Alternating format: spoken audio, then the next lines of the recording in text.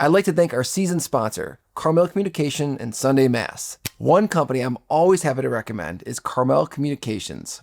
They've helped leading Catholic ministries, filmmakers, publishers, authors, mission-driven organizations share their stories through national media, strategic communications, public relations, and partnerships that expand their reach and amplify their mission. I've had the pleasure of working with them most recently on Heart of a Servant, the Father Flanagan story, where we had a Fathom release and they did an awesome job in all the marketing, press, and everything.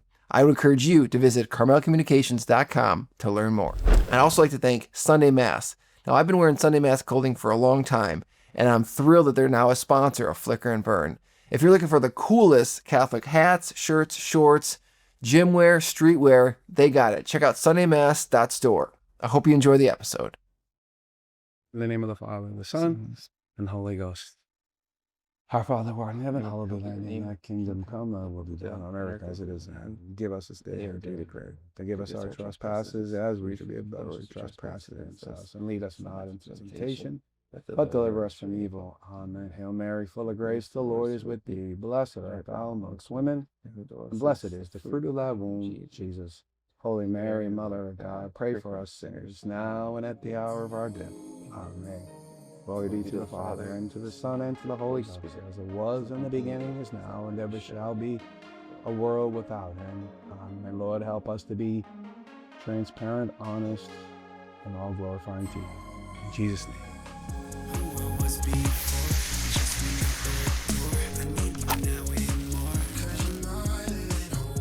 Hey, I'm Rob Kaczmark, and welcome to Flicker and Burn, bringing you moments big and small that ignite faith and purpose. Today, we're honored to have Jim Wahlberg. He's the most handsome of all the Wahlbergs. He's an author, he's a filmmaker, and he's an advocate. He's the executive director of Mark Wahlberg's Youth Foundation. And if that doesn't keep him busy enough, he's a Catholic speaker sharing his story of faith and redemption, which we're going to learn about today. Jim, welcome to the show. What's up, brother? Thank you for having me, man. Dude, it's an honor to be here. We've talked so much, but to be able to sit down for a couple hours and just get to know each other more, I'm thrilled. Yeah, I'm looking forward to it. So I think people might be familiar with your family, but I'd love to hear your origin story. You know, I am the outside stuff, the stuff people know already. You know, they know my name, they know my family name, they know sort of reputation, if you will. But you know, at the crux of it, I was born a broken toy, man. Like I'm one of 9, the middle of 9. We grew up poor, you know, not middle class for sure. We were striving for middle class. We never achieved it as children. I'm a product of the Boston public school system. I'm a product of the forced integration of the Boston public school system. Aside from the obvious of being poor and being in a crowded house and everyone's trying to, fight for attention and going hungry sometimes, those are difficult enough. And then you add in a different school every year, having to reestablish yourself every year. And, when I was a kid, being called crazy was a compliment. It wasn't a slight, right? Yeah. Oh, the kid's crazy. Yeah, that kid's crazy. Don't mess with that kid. So every year I had to reestablish that level of crazy in a different school. It is funny though. People, that was a compliment. Yeah.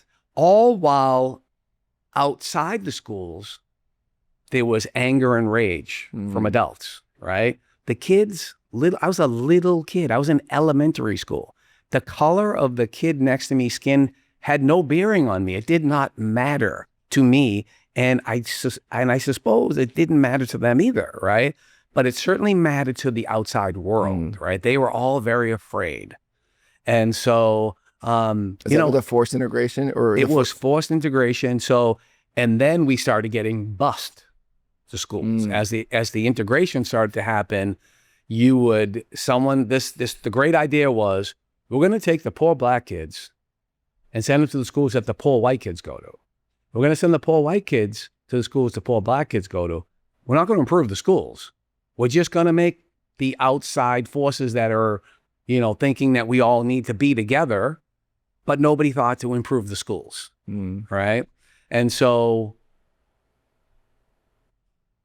as I started to get sent now on a bus to different schools, the schools were great. The schools were fine. It was, again, it was my need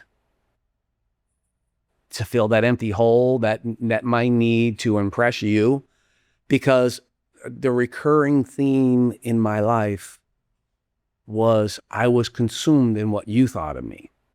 Did that start at home, or where did that start? That's as far back as I can remember. There was an emptiness, right? And faith is really not playing much of a role in any of this, right? In my life, in my family, we were culturally Catholic at best, right? That meant we identified ourselves as Catholic. We didn't, we weren't on our knees praying. I wasn't going to Mass. I was being sent to Mass, and I wasn't participating in Mass.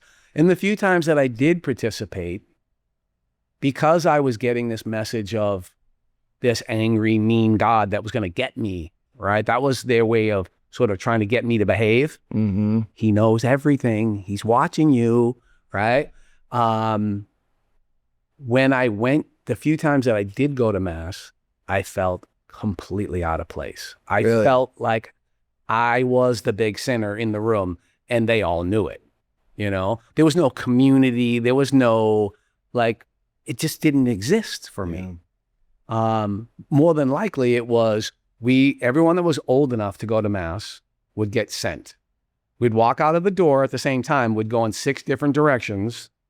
Everyone would eventually get to St. Gregory's, grab the bulletin, and head to Walsh Park to watch the cops play softball. Nobody was going to Mass. And, my parents, there was no questionnaire when you got home, right? It was, we all came walking in together with the bulletin. That was proof. That was proof. And so there was I never went to Mass with my dad. I never went to Mass with my mom either, for that matter. So it was not part of really who we were, right? And so, in hindsight, it was the big missing piece in my life, right? In my youth, I was completely unaware of the fact. I didn't know what I didn't know, right? I just tried to avoid any kind of thought of God. I would avoid it because then the guilt would kick in, right? He knows. Well, that's a source of the guilt, and it's block that out. And and shame. We grew up poor. Yeah. We were 9 of us in a 3-bedroom apartment. My dad hit a number with the bookie down the street that sits in his car, and you bring down your little slip of paper. He hit a number and won enough to make a down payment on a house. So we moved to what would be considered a middle-class neighborhood, but all we had was the house, right? We didn't have the clothes. We didn't have a washer and dryer. We didn't have a car. We didn't so we went from a neighborhood where everyone was poor and everybody kind of looked out for each other to a neighborhood where people had stuff and people were aware of what you had and what you didn't have, right? And that contributes a lot to the shame and the embarrassment that you start to feel. That now pile that on top of this emptiness that I have, right? And this need to impress. And it's a formula for disaster, right? It's a formula for trouble. And so by the time I got to the 7th grade, at the 7th grade I was bused to the Martin Luther King School in Roxbury, Massachusetts, which was a predominantly Black neighborhood, very poor neighborhood, tough neighborhood. By the skin of my teeth, I made it through that year. And many times, we would go to the bus stop, me and my friends would look at each other and we're like, you going? No, I'm not going. You going? No, I'm not going. And we would just not go, right? Is there any repercussions for not going at the time? Eventually, when they figured out that we weren't going, right? There was a point where my parents would get a phone call from the school, he arrived. And I still wouldn't go. Knowing that there was going to be a phone call to verify my attendance, I would still not go. It was like I was looking for the trouble, And so I made it through the 7th grade. The last day of school, I remember having a conversation with the principal, and he was like, you know, we won't be seeing you back here next year. Good luck. Like, happy to see me go. And I went home that night. Dinner was 5 o'clock in my house. 9 kids. You weren't at that table at 5 o'clock. You did not eat. It's the first day of summer. I'm sitting at that table and I'm looking at the door thinking about, I got to get out of here. I got to, like, it's going down. Why did you want to leave so bad? Because it's the first day. It's the first night of summer. Like, I know exactly where I'm going. I know exactly what I'm about to be doing at 12 years old. Which was what? Which was, I'm going to drink. At 12? I'm going to smoke. I'm going to be with guys and girls that are just like me. And it's on.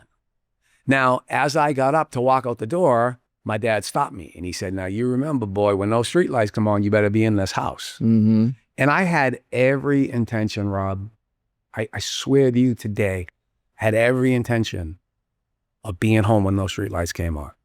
But when that street light started to flicker and the music was playing, I had a Budweiser in one hand, Newport in the other hand. Yeah. There was girls there, and it was just, I made a decision in that moment. I chose to give up the safety of my home and my parents, my 8 brothers and sisters, my dog Scooter, you know, a safe place to sleep.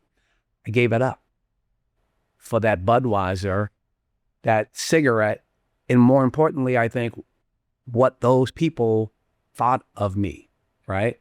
They weren't working on a curfew like I was working on a curfew. That was like 8 o'clock. These guys are going to be out till midnight and beyond. Yeah. And so I just never made it home. I never made it home. If you go back, is there anything that would change your mind, or you think that was just the path? Like I was done, man. I was already, by that point, now think about it, what my dad says to me, right? Be home when those streetlights come on, or don't bother coming home. He's saying that to a 12-year-old, right? Now, a normal person would think, wow, that's harsh.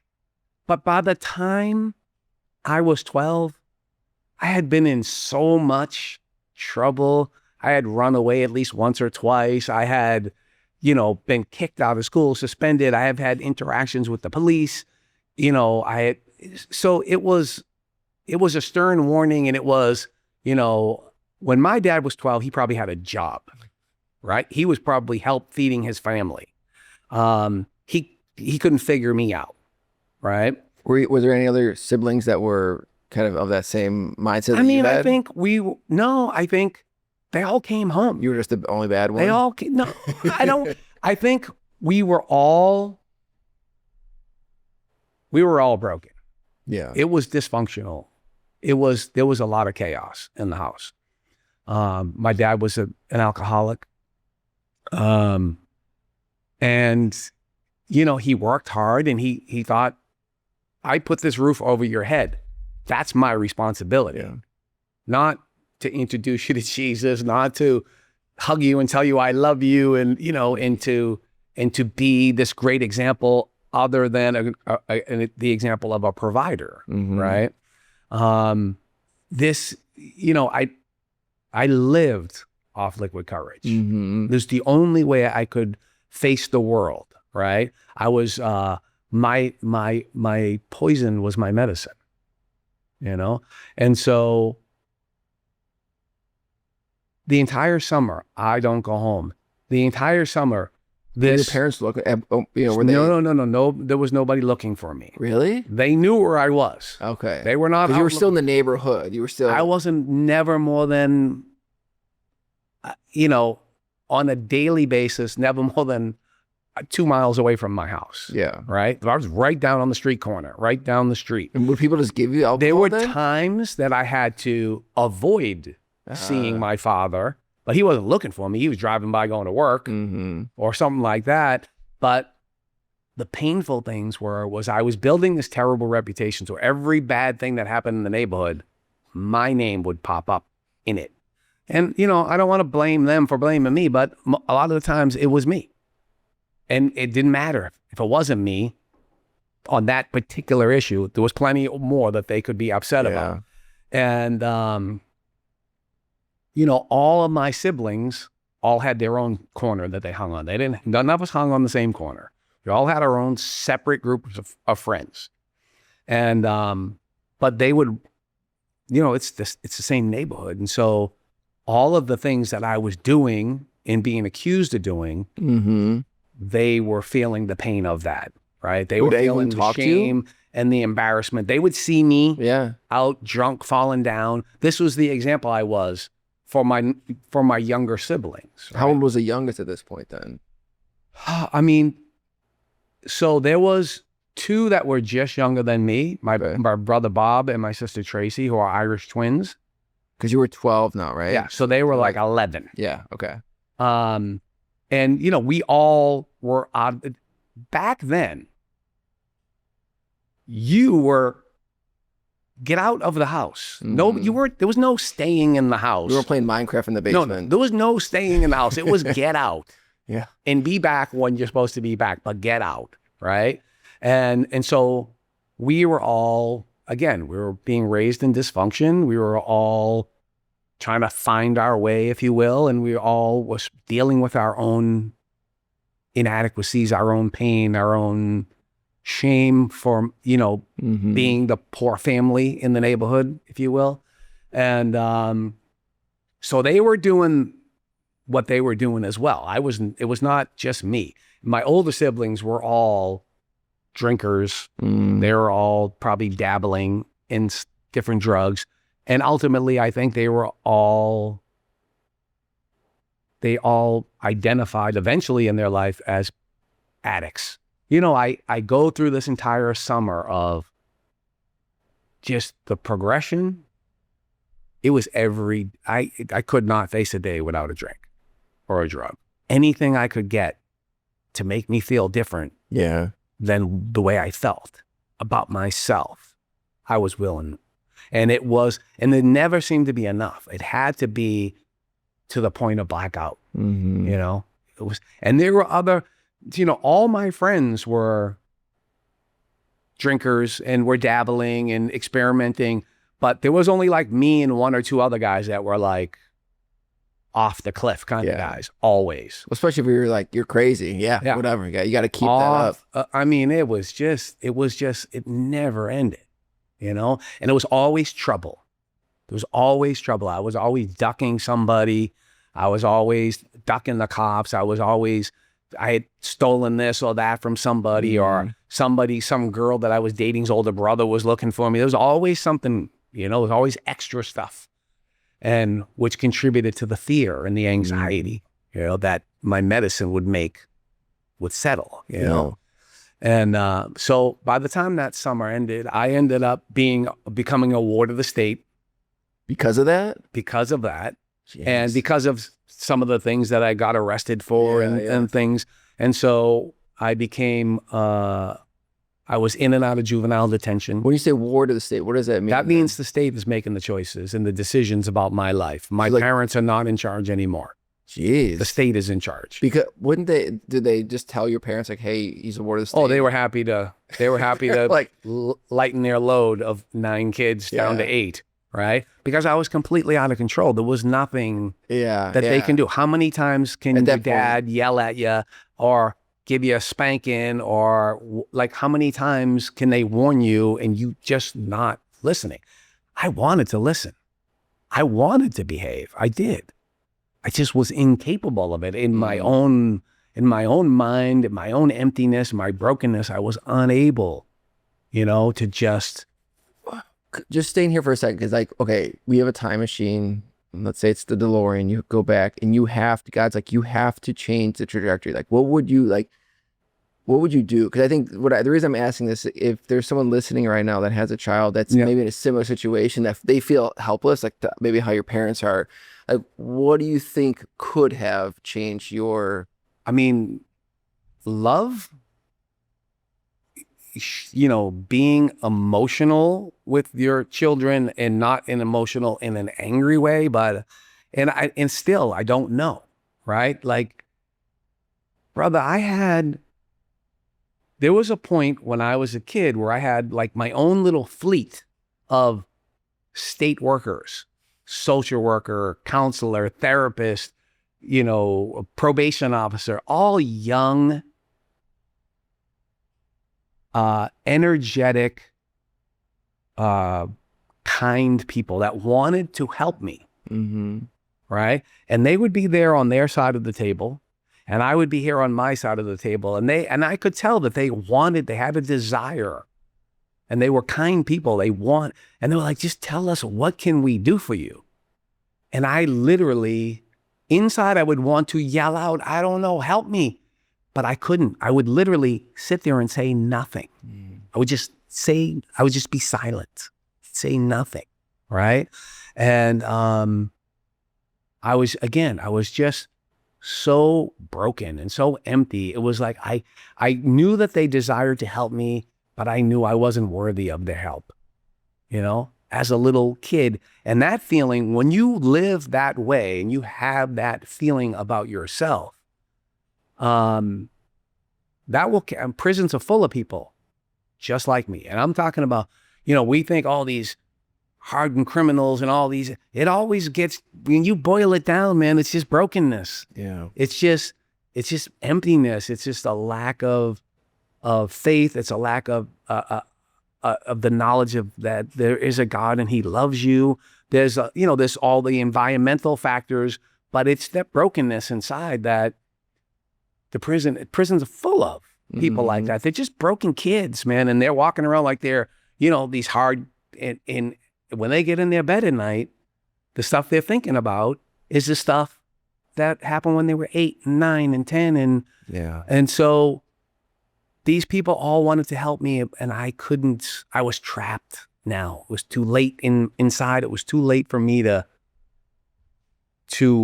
advocate for myself, to speak on my own behalf, to just say, help me. I don't know what's wrong. I must be crazy because I don't know what's wrong. And it would just continue to spiral out of control. It would, I would get sent to a juvenile detention facility. What does that look like? Because for people that like a little kid jail.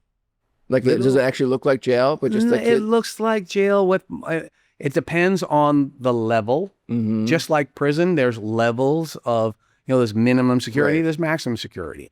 So it would be more like most of them were more like a minimum security prison. Mm-hmm. But just think now, this is whatever the size of the place. There was one place that I went to many times, and it was out in the suburbs of outside of Boston, Mm-hmm. and it was called Camp Halifax. And it was generally about 24 kids was the capacity. Hmm. And it was set up kind of like a camp, right? There was a main building and there was cabins. The makeup of the 24 kids was generally 22, 21 black kids, 1 or 2 white kids, and maybe a Spanish kid. Mm-hmm. That was the makeup of this particular place that I was locked And up in. age-wise, they're all under 17? They're all, oh yeah. Yes, all from maybe 11 to 17. Okay. So there were some really young kids sometimes. And then there was kids that were right there at the edge, right? Yeah. At the breakoff point. And that would be the minimum security. And then there were also maximum security places. For juvenile? For juveniles. Oh, wow. Yeah. Okay. So you were in a room, a cell, if you will, by yourself. But it was all kids. There were no adults doing time there. And you weren't technically, you didn't get sentenced to a year, or you were in for an indeterminate amount of time based on your behavior and what the next plan would be for you.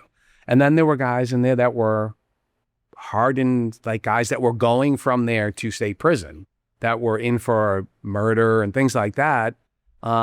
Many of whom I knew and were people that I met there, and they became my friends, and I would see them again down the line in maximum security state prisons.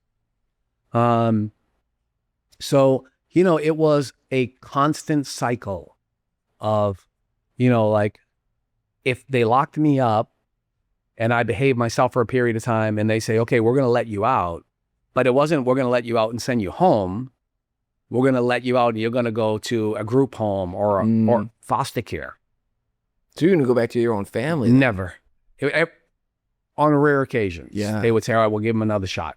If I behaved for a period of time and somebody called them and said, tried to convince them that I was getting it together, I'd get a shot and they would never last. Would you try to be sober in those times? I mean, that didn't even occur to me. Yeah. That did not occur to me. That was my medicine. It was, Could you get it in jail too, or in juvenile? No, I mean, there was some drugs, little bit here and there once in a while, but, and there were also staff people who were ex-convicts themselves and, you know, trying to work with kids. And they had that deep desire to please everybody too. So they would try to be cool to us. So we'd go out on a field trip and maybe somebody might buy a bottle or something, or, you know, it was crazy. It was just all these broken people and they were caring for each other. It was madness. So, you know, before you know it, I'm 17 years old.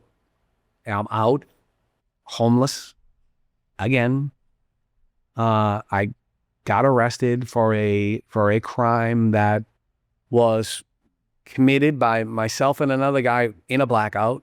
We robbed a guy who got stranded, missed the last train, and we hung out at the train station. And, you know, so it's in our minds, what is this guy doing in our train station? Who's this guy think he is? In the middle of it, that's the sort of arrogance that we lived with. And this poor guy, we ended up, we beat him up. He got hurt pretty bad. And the only thing he could remember in the hospital the next morning was the name Jimbo, which is my nickname. And that's all you need to know. You don't need to know nothing else. There's only one, right? They knew exactly what to do and they know exactly where to go to find me. And it wasn't more than 2 days and I was apprehended at my mom's house. You were 17 then, yeah? 17. Now I'm an adult. So now I go to the county jail.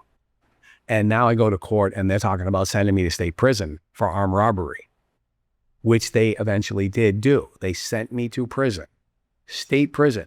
Now, there were times as a younger guy that I would be involved in any number of different programs for juvenile kids, right? And they used to take us to the maximum security prison. Now, it wasn't like Scared Straight. Yeah, I was going to say, yeah, it's like... But it was just like, they would just talk to you and they would just like, this is my life, man. I'm never getting out of here, right?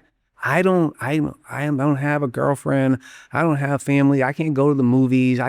They tell me when to stand, sit, go to the bathroom, when to eat, I'm under the control of others for the rest of my life. Would you guys like joke about it later and be like, or would you guys take it serious? I think we absorbed it, I think. Yeah. But now I'm 17 and I walk right into that prison and I see some of those guys. And they were not happy to see me, right? They were not happy to see me and they didn't like, hey, buddy, you know, I'm sorry you're here, but, you know, here's a pack of cigarettes. They avoided me like the plague. They were like, we wasted our time. Yeah. You wasted our time. And because they were sincere in their efforts. They didn't want to see us young kids wasting our lives. And so now I'm in state prison. And now that need to impress is amplified by 1,000. How come? Right? Because now I'm petrified all the time and I don't have medicine to make that go away, right? I got to convince these guys that I'm not to be messed with or I'm going to become their victim, right? And so maximum security state prison is probably the most segregated place in the world, right?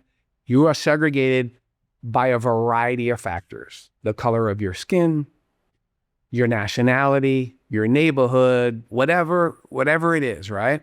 And that was displayed in the chow hall because you sat with the people who were most like you. You didn't sit with people from different neighborhoods, different skin colors, different ethnicities. You stayed with your own, whatever that was. And I grew up in jail. So I knew everybody from all walks of life. And I would walk through the dining hall heading to my table, which was the guys from my neighborhood, But at every table, I might stop and say hi to somebody.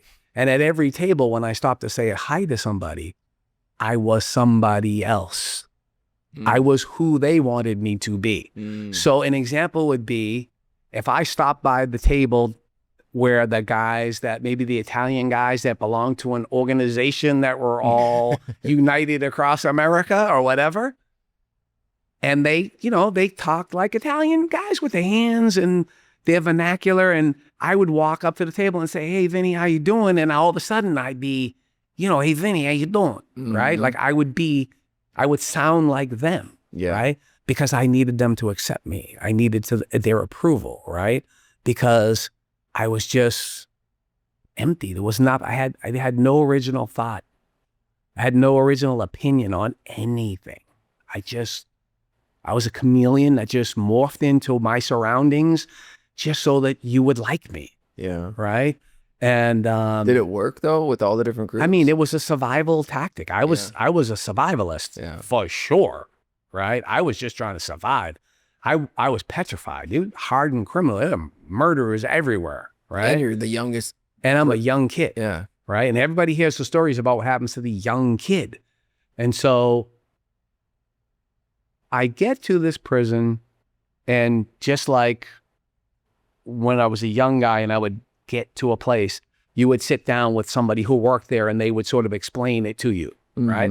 This is what's going to happen. You got a 3 to 5 year sentence. That's what you had? If you behave yourself, you can be in pre-release, going out to work every day in a year. If you just behave yourself, right? If I had $1 for every time somebody said, if you just behave yourself, I'd be a rich man, right? And instead of being in pre-release in a year, I ended up doing 5 complete years on that sentence, all because I needed to impress somebody else. What would you do to like not behave? I got involved in different violent activities. Once I got to the hole, once I got locked into the 23-hour-a-day, no human contact, no coming out unless you're in chains out of your cell.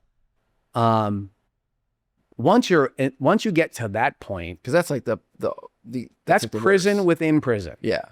Right. That is when I say that you're deprived of sunlight, you're deprived of human contact. So is it completely black in there? No, But it's a smaller than 6x9 room with a bar door only, and then a solid door that closes in front of it with a little window. And everybody's facing the same direction. So you don't see anybody. You might never see these people on this side of you. You might only see these people if they're coming out for some reason and they walk by your cell. Yeah. You might know a guy for 6 months or a year and not even know what he looks like. Very possible. In fact, pretty likely. Yeah. And, so 23 hours a day locked in, you'd come out, chains. Exercise was like dog kennels. Literally, one prisoner to one cage, right? And the cage was maybe 7 or 8 feet wide, maybe 15 feet tall, but all covered with fence. And you would just pace. That was your exercise. And the level of trying to impress gets kicked up a notch. And now you're trying to impress people you can't even see. Everyone's trying to outdo each other with crazy behavior. People were doing things out of, I want to say out of sheer boredom. Yeah. Right? They would do things, I would do things knowing that the end result would be that I would get beat by these guys. But then I could show everyone how tough I was, how cool I was. It was a matter of how long did it take them to actually get me out of that room. And, and so, it's like a source of currency of like how, it's all you got. Yeah. It's all you got is the illusion you're creating is all you got. Right. And so, I'm there. I'm now been in the hole. Once you're there, if you have any kind of a short fuse, you're never getting out of there. It's now been a couple of years. I'm in the hole. A couple of years. I get a call, I have a visit. I'm like, a visit? It's not possible. I never have gotten a visit in prison in my life, especially not in the hold. I'm not calling people. I'm not communicating with people. And then, no, you have a visit. They chained me up. They brought me out to a little visiting room. It's just one person visiting room. And it was my mom. And, you know, my vocabulary, everything began with an F. Like I was an animal. I was deprived of sunlight. I was deprived of human contact. There was no human interaction. So it was just me thinking and talking to myself all day. And I walked into that room and she was in shock. And what stood before her was not her child. She did not recognize me as her child. She wanted to know, who is this person? Yeah. Because I was an animal. I was a caged animal. And you know, that we stayed in that room a couple of minutes and she was like, I gotta go. And she left. She would tell me later on that she made it to the car. She wept, committed to herself she would never visit another one of her children in prison, and went about her way. You know, I don't remember. What did you think about after you went back to the cell? I don't really, I honestly, all the time that, the times that I think about that day and that interaction, I only think about her. I don't think about myself. I don't think about how did it impact me, right? And that's unusual because my life was basically, you know, enough about you, back to me. What do you think about me? Me, right? You know, the old saying is, I'm not much, but I'm all I seem to think about. That's was my life, you know? And so, but this one incident, in all these years, when I think about it, I don't think about my reaction to it. I think about her reaction. What that must have been like for her. Did you feel bad then? I felt terrible. Yeah. I felt terrible, but it was, you know, it was like I shook it off and, you know, this is what it is. This is what we're living. This is prison. This is, you know, Like, this what do is you expect, right? This is what it is being in the hole. Yeah. Right. And so maybe a year goes by and I get another stop at my door and it's, hey, by our calculations, you've done your entire 5 years and it's time to get out. And like, you're getting out on Monday. It was Friday afternoon. Now you would think that would be exciting news, right? Because everybody in prison wants to get out. But the truth of the matter is not everybody in prison wants to get out. And so in an excited way, I'm like, oh yeah, that's great. And then in the low voice, I'm like, are you sure? Because by my calculations, I think I got like 3 more months or something, right? And they're like, you no. were kind of keeping track on your side? No, I just was trying to talk them out of letting me go because where was I going to go? What was I going to do? It was the concept of going into the world was so foreign to me, right? It was so frightful to me. It would be like saying, hey, we're going to China, we're going to drop you off. Yeah. By yourself, right? I had no concept of what was going on in the world. Prison, I knew. I knew how to behave. I knew how to carry myself. I knew who to mess with and who not to mess with and what to do and what not to do. It was very well. It was very structured. And now you're saying, I'm taking all those restraints away and we're just going to let you out. And immediately what they did was they said, we're moving you from this unit to a different unit because they did not want me going home from that 23-hour day lockup in case they had to explain to somebody later. That's like a if I got out. a huge jump. Yeah. But I'm going home in 2 days, one way or the other. I'm getting. Oh, that's just for 2 days. They're kicking me out one way or another in 2 days. But they're kind of weaning you off. Yeah, but it's them being able to say, he was released from population, not he was released from the whole, right? It's a different thing. And so they moved me to a cell in population. They kept me locked in. They didn't allow me to like mingle, but they allowed me access to the phone. So I was like, who am I going to call? What am I going to do? I called my older brother and I was like, I did my best to sound excited. Hey, bud, I'm getting out. And then he did his best to sound excited. Yeah, all right. But neither one of us was excited about the prospect, right? And I was like, bro, listen, I don't got anywhere to go. can you help me? Can you take me in? And he was like, yeah, we could do that. I said, we're moving in a month out of this apartment. You can stay for the month. Should be enough time for you to get on your feet. You're like 22 then? 23? 22. 22, yeah. And he said, and I said, hey, one other thing, can you come and pick me up? He's like, yeah, I'll come and get you. Monday, he picked me up. We were driving to see my mom, because that's what you do when you get out, right? You got to go see your mother. When you first got out, was there any sort of like euphoric, like, you know, it was, you know, fear? It was fear, a lot of fear. We went to see my mom, and my mom would tell me later, she knew within 5 seconds that I was going back to prison.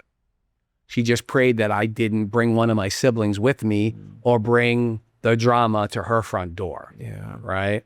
And so that month that my brother gave me went by,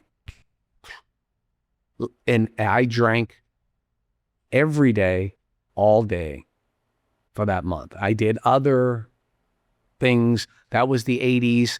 I remember coming home in the morning, back to my brother's, and there was a moving truck in front of the house. And he was there putting the stuff in the truck. And he's like, come on, bro, you better hurry up. You get your stuff. Where you going? I was like, oh, no, I'm good. I'm going to stay at so-and-so's house, but I'll be right back. I'm going to run up and get a pack of cigarettes. And I didn't come back. Was he expecting you to live with him at the new place? No. Oh, he was just expecting you to get your stuff and get he was out. expecting me to, that was my opportunity. Yeah. I don't think I ever looked for a job. Yeah. I don't think I was capable. And so I left, he finished, he left. I came back later that evening, and the landlord was kind enough to pack my stuff in a green trash bag and leave it by the front door. And so after 1 month of doing 5 years, I was homeless again. Had nowhere to go, and I had really no options. Turned out I had one option, and I ended up in the housing projects in South Boston, which is the town next to my town, all part of Boston proper, but different neighborhood. And I ended up in a housing project there with a bunch of people living in an apartment. One of them was an ex-girlfriend from long before. And almost right away, I hooked up with a guy that was living in those projects, and he was a heroin addict. And he was, you know, in the morning, I would come to violently needing a drink, shaking. Oh, shakes, yeah. Afraid. And he would wake up in the morning possessed by demons. I got to get what I need, and there's nothing getting in the way of me getting what I need. Heroin's no joke. So he was my hero, because he would get me what I needed to get my day going. And once I got some drinks in me, then I could contribute to the madness that we were living. And I started to look at him. You know, pain and misery is a funny thing, right? The worst pain is your pain, because you feel your pain. You don't feel somebody else's pain, right? And so I was living the worst pain. I was a desperate alcoholic, a complete mess, maybe one change of clothes, sleeping on a couch in a housing project with just complete pandemonium at all times. And any number of things could happen in any given day. Arrests, people getting killed, like really bad stuff all around, all the time. And I'm looking at this guy and I'm like, I think I want to do that. I think I want to try that thing that he's doing, because again, I couldn't feel his pain. I didn't know what he was dealing with every day, right? I just knew that I couldn't feel the way I was feeling anymore. And I use an analogy that we were both on the Titanic. This ship was going to the bottom of the ocean. There's no doubt about it, right? But from where I was sitting, his seat just looked like a better seat than mine, right? And somehow maybe he wasn't going to the bottom, or he wasn't going to get there as fast as me. And so I made the decision, and I went to him and said, bro, I want to try that. And to his credit, he talked me out of it. Really? He said, bro, you don't know what you're saying. I want you to know that you don't know what my life is, right? He's like, you don't want any part of this. Now, he could have just been being selfish and not wanting to share. Very possible, right? But also I think it was a little bit of divine intervention on Could my have been behalf. both, right? Yeah, he saved me. He saved me. And I believe God intervened that day. Yeah. Because that day, that night, in a blackout, stumbling around this neighborhood that I was really unfamiliar with, and it was a dangerous neighborhood, I got arrested. I got arrested. I was stumbling around, checking doors on cars and doorknobs on houses and apartments, just looking for something to take. Mm-hmm. But literally in a blackout. For the sake of the audience, I'm going to assume that most of them don't know what a blackout is. So I'll do my best to explain what a blackout is for me. I am awake. I am upright on my feet. I am walking, so it looks like I am somewhat, normal, Yeah. if you will. But I have a thought in my head. I'm walking and I'm leaning just a little bit forward, just following my head, that thought that's in my head. And the thought usually would be something to the effect of, there's a restraining order against you from your ex-girlfriend, but it's 3:00 in the morning and I've convinced myself this is a good time to go explain to her why I'm a good guy, right? The worst possible idea gets in your Makes head sense. and you just lean forward and stumble following that bad idea. And so that's the condition I was in. And I stumbled onto a doorknob that turned and it opened, and it was an apartment. And I walked in, nobody home, and I start collecting some knickknacks, little whatever, VCR, little stuff, junk. But somebody else's junk, not my junk. Putting it by the door to make my great escape. And as I was getting ready to grab the stuff, the thought occurred, maybe there's a beer in the fridge. I go to the fridge, I open the beer, the thought in my head changes to something else. Now I'm maybe thinking, this is not somebody else's house, maybe this is my house, right? Like I am not conscious of what the situation I am in right now. And so I open that beer, I sit down, I might have put my feet up on the table and got comfortable out of drinking the beer. I might have dozed off and taken a little nap. But I woke up the next day in the police station, covered with blood and no idea I was there. Come to find out that the cop came home for a coffee break in the middle of the night. He was working the night shift. It was a cop's house? Cop's house. Him and his partner came in, found me there, and did what I think maybe anyone would do if you found a strange person in your home. Yeah. They beat me up pretty good and took me to jail. I woke up, found out some of the facts, not all of the facts, then went to court and found out all of the facts. And right away, Rob, they were talking about sending me to prison for life, for a home invasion, right? Because when you break into somebody's house and somebody is home or they come home, then it's a very different thing. There's a very good chance somebody's going to get hurt. Yeah. And so that cop was like, you're going to send this kid to jail for life? Like, he was satisfied with the beating he gave me. Yeah. He was a neighborhood guy. 6 months, sure. Maybe for the next 3 or 4 years, when I see the kid, I'll put my foot in his butt, or I'll hit him, or I'll arrest him or rouse him. But prison for life? Ultimately, he continued that messaging throughout and really saved me, right? He saved me from a life sentence, and I ended up pleading guilty to a 6 to 9 year prison sentence. 6 to 9 years. 6 to 9 years.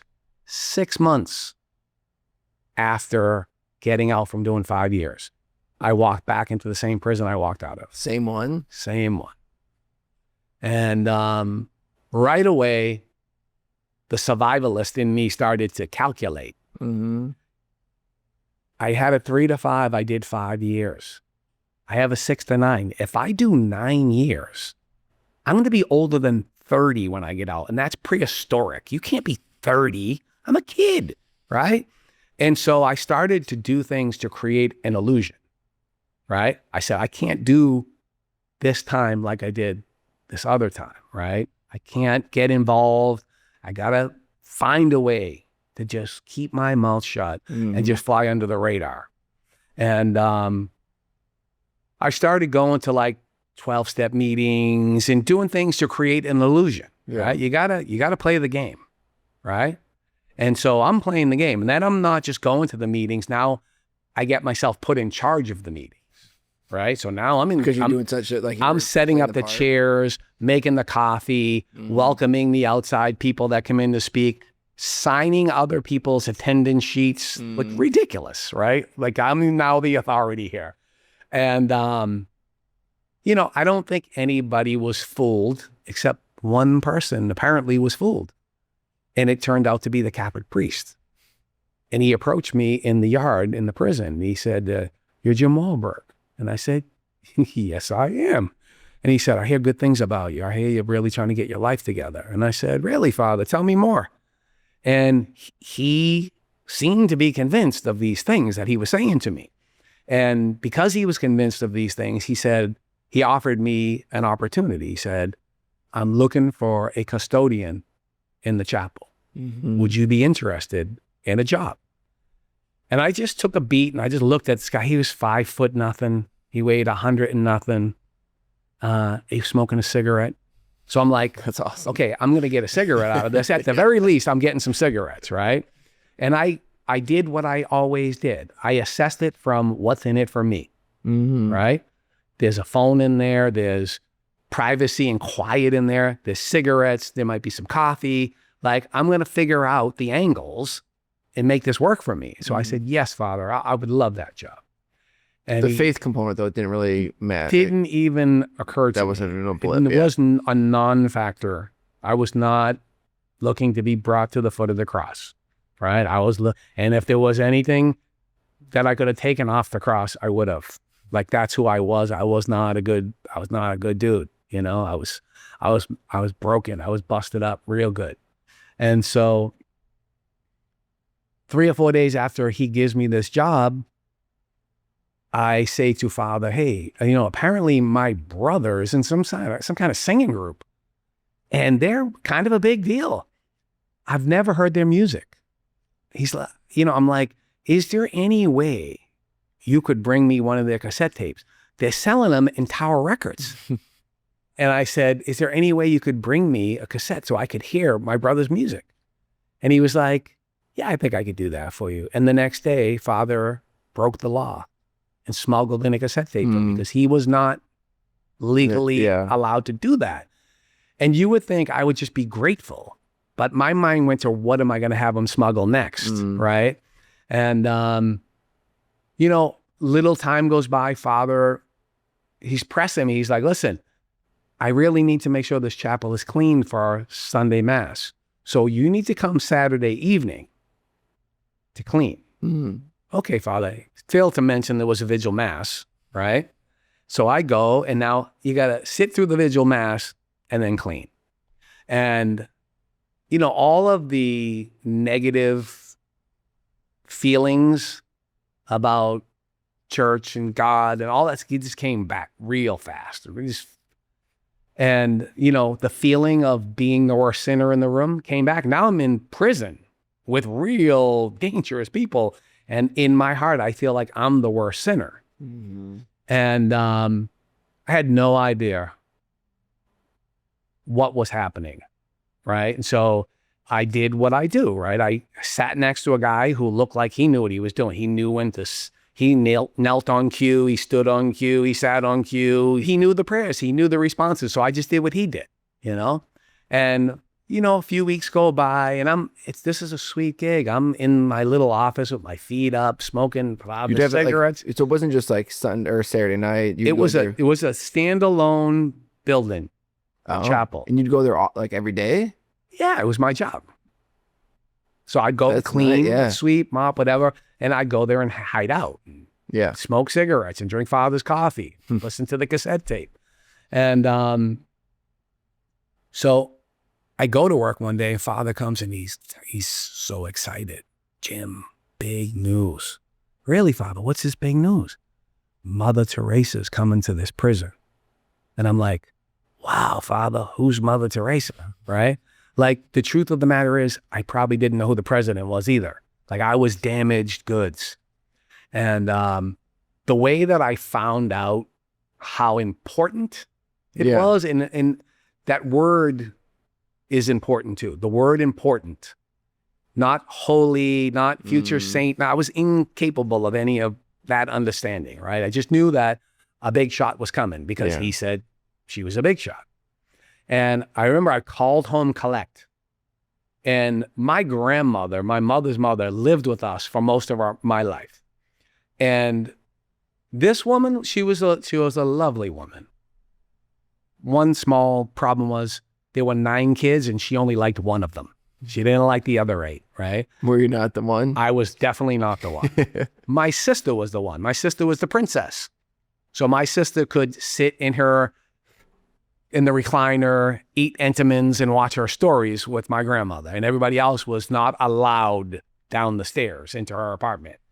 And so I said to my mother on the phone, Mother Teresa is coming to the prison. She says to her mother, Ma, Mother Teresa is coming to Jim's prison. Like it's my home, right? And for the first time in my life, I said something that mattered to my grandmother. I could hear the excitement in her voice. Oh, tell them to get me a rosary. I didn't even know what a rosary was, right? And so I knew then that this was important because this I had her attention and I never had her attention. And so I did a little investigating. And again, I just kept coming back to important. A few days goes by, I go to Father and we're talking. He goes, Jim, I got more big news for you. He's like, you work here in the chapel, so you're going to be part of the procession. Like you're going to be there with us, with her and the cardinal. And I'm like, yeah, what's a procession? He's like, no, you're going to walk in with her. It's very prestigious. That's wild. It's big, right? And I'm like, okay. So the day comes and I see her. So is it a big, like are a lot of the whole, because the chapel is small, is there other people? So outside the chapel is the quad. So it's similar to almost like a college campus quad, except there's 40-foot walls with razor wire and men with uniforms and dogs, right? That's the difference. Guns and towers. But basically the same. Basically the same. And so I'm walking through the quad and the door to outside is like 100 yards off in the corner. And when the door opens, everybody has a tendency to look in that direction because on the other side of that door is freedom. Yeah. Right? And so the door opens and a group of people come in. And I can see from my vantage point, it's like men in suits, real suits, not like guards uniforms. And I start to recognize some of them as like the warden and the governor and like big shots. And as they got closer, they parted a little bit and there was Mother and a couple of the sisters from her order. And they were, from here to the 20 feet away. Yeah. And I could see her. And I noticed a few things about her. And the first thing I noticed was her feet. Because my vantage point, I was always kind of looking at the ground, right? Because I was just this empty shell of a person. And I noticed her feet and I noticed her toes all crunched up and her sandals looked like they were 200 years old. And as she got a little bit closer, I came up and I looked and she had an old ratty sweater on with pockets in it. And there was something sticking out of the pockets and I looked a little closer and it was money. And I always make the joke, I have to confess that I spent a little more time than I should have looking at that money, but I probably would have clipped it if I had the opportunity. And it was confusing to me because there's no money in prison, right? So why is this woman walking around with cash? Because people used to just hand her money knowing that she would like take care of people. Care for the poorest of the poor. And so they walked by. There was no interaction. We didn't speak. There was no eye contact, nothing. They walked by. I ran to the chapel to tell Father, she's here. Great. Now it's time. Mass is in the gymnasium. We're at MCI Concord on Route 2 in Massachusetts. It's a maximum security prison, and there's 800 men in this prison. Now it's time for Mass, and everybody's coming to Mass because Mother Teresa is there. And so it's in the gymnasium. The stage in the gym is serving as the altar. And I remember like the cardinal had his own chair brought in, like a big fancy chair. There's a lot of fancy, right? And when you have no understanding, it's very confusing, right? And so there was a chair for him and a chair for her as well. And when we processed in, he went up the stairs and stood in front of his chair, and he beckoned Mother to come to her, and she refused. And she put her hands in a praying motion over her head, and she kind of bowed and backed away from the altar and was in like the first or second row, her and her sisters, and down to the knees they went. And they stayed pretty much in that position the time they were there. And I was very confused. I didn't understand what was happening. She is why we're all here. Right. She's the special guest. She's the superstar. Why is she not going to take her spot in the shiny section over there? And, you know, because I had no understanding of humility. I had no understanding of Mother and who she was and what she stood for. So it didn't even seem like the humility was like just confusing. Well, what it was confused. It was mind-boggling to me. I was like, this is your moment to shine, lady. What are you doing? We can't see if you're sitting over there. Yeah. Get up there, right? Yeah. And, you know, there was a moment, she was on one side of the aisle, I was on the other, and I was there on my knees, and I looked over, and in my limited capacity of understanding of the moment and the players, and I felt like I was looking at the face of God. You know, I just had no concept of what it was that was happening. And then finally her time came, and they invited her up to speak. And she spoke. For about 25 years old, and for the first time in my life, somebody told me that God loved me. The first time. Somebody told me that Jesus died for me. And brother, I don't want to be a crazy person, but there was a moment that it was just her talking to me. She wasn't talking to the 800 people in the room. She was telling me. And, you know, I have to believe she was sent there for me. She was sent there to deliver that message to me. I don't know any one of those other 800 men that had their lives altered in such an impactful and I mean, it just, everything from that moment changed in my life. Up until that moment, I had been going, like I said, to those 12-step meetings and I was in charge of the meetings, but I had this sinking feeling in the meetings, like what a great program, but it's never going to work for me because I ain't worth it. Yeah. That feeling left me when I realized that there was a God and he loved me, that I was not alone in this. You know, I was always alone and I was always suffering from loneliness, and not just lonely, terminal loneliness, you know? And brother, I can't tell you what the rest of the day was like. I know I went back to my cell. I know I didn't sleep. I tossed, I turned, I paced. But in the morning when that door opened, I ran back to that chapel, to Father Freitas, and I said, Father, I need to know more about this Jesus who loves me. And brother, you know, people, I'm known for having a testimony that includes Mother Teresa, right? Kind of a big deal, right? But the truth of the matter is that it was that man, that priest, that reflection of Jesus Christ that orchestrated all of these things for me to be here and to see this, obviously with the help of God, right? The memory is the funny thing, right? So in my mind, for some reason, I remember him kind of chuckling a little bit and taking out an imaginary pencil and checking a box like, got one, right? Because it was his plan to bring me to the foot of the cross. The moment he heard my name, the moment he said, oh, I'm going to see if this guy wants this job. His plan was to get me to Christ. It was nothing. He didn't care if I ever cleaned. his plan, his mission was to get me to Christ, and that Christ would do what Christ does. And, you know, he knew that I was, that I had made my first Holy Communion, but I never made my confirmation. Mm-hmm. And he literally, in that day, in that moment, started to prepare me to be confirmed into the church. Now I've had this experience with Mother Teresa. I'm having I'm on this journey with Father.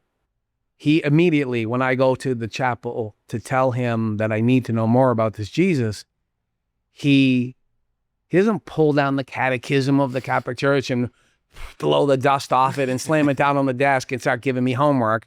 He just sat down and just started to love me and just teach me gently about Jesus, about our faith, and never gave me homework, never, always a cup of coffee. It was love. When I tell you that this man was just a complete reflection of the love of Christ, it was unbelievable. And, you know, things were happening with me internally and externally that I wasn't even aware of. Like, people were commenting on the way I looked, the way I carried myself, the things I was saying, the things that I was doing. I mean, I was a new man. I was a new man in Christ without doing the work, just having that experience and having that realization that I was loved, right? And that I had always been loved and I just didn't realize it. So a few months goes by, I find out I'm being transferred. So the first person I want to talk to is Father, that I'm leaving, I'm being transferred, and what are we going to do? Was that happy or not happy that you were being transferred? It was, you know, there was a little anxiety, but I was going to lesser security. So these were things that I was unfamiliar with. I always was going the other way to higher security. If they could build a higher security prison, they would have, right? And so I'm going to lesser security. And so I said to him, I'm being transferred. What are we going to do? He said, sit down. He pulled out the Rolodex.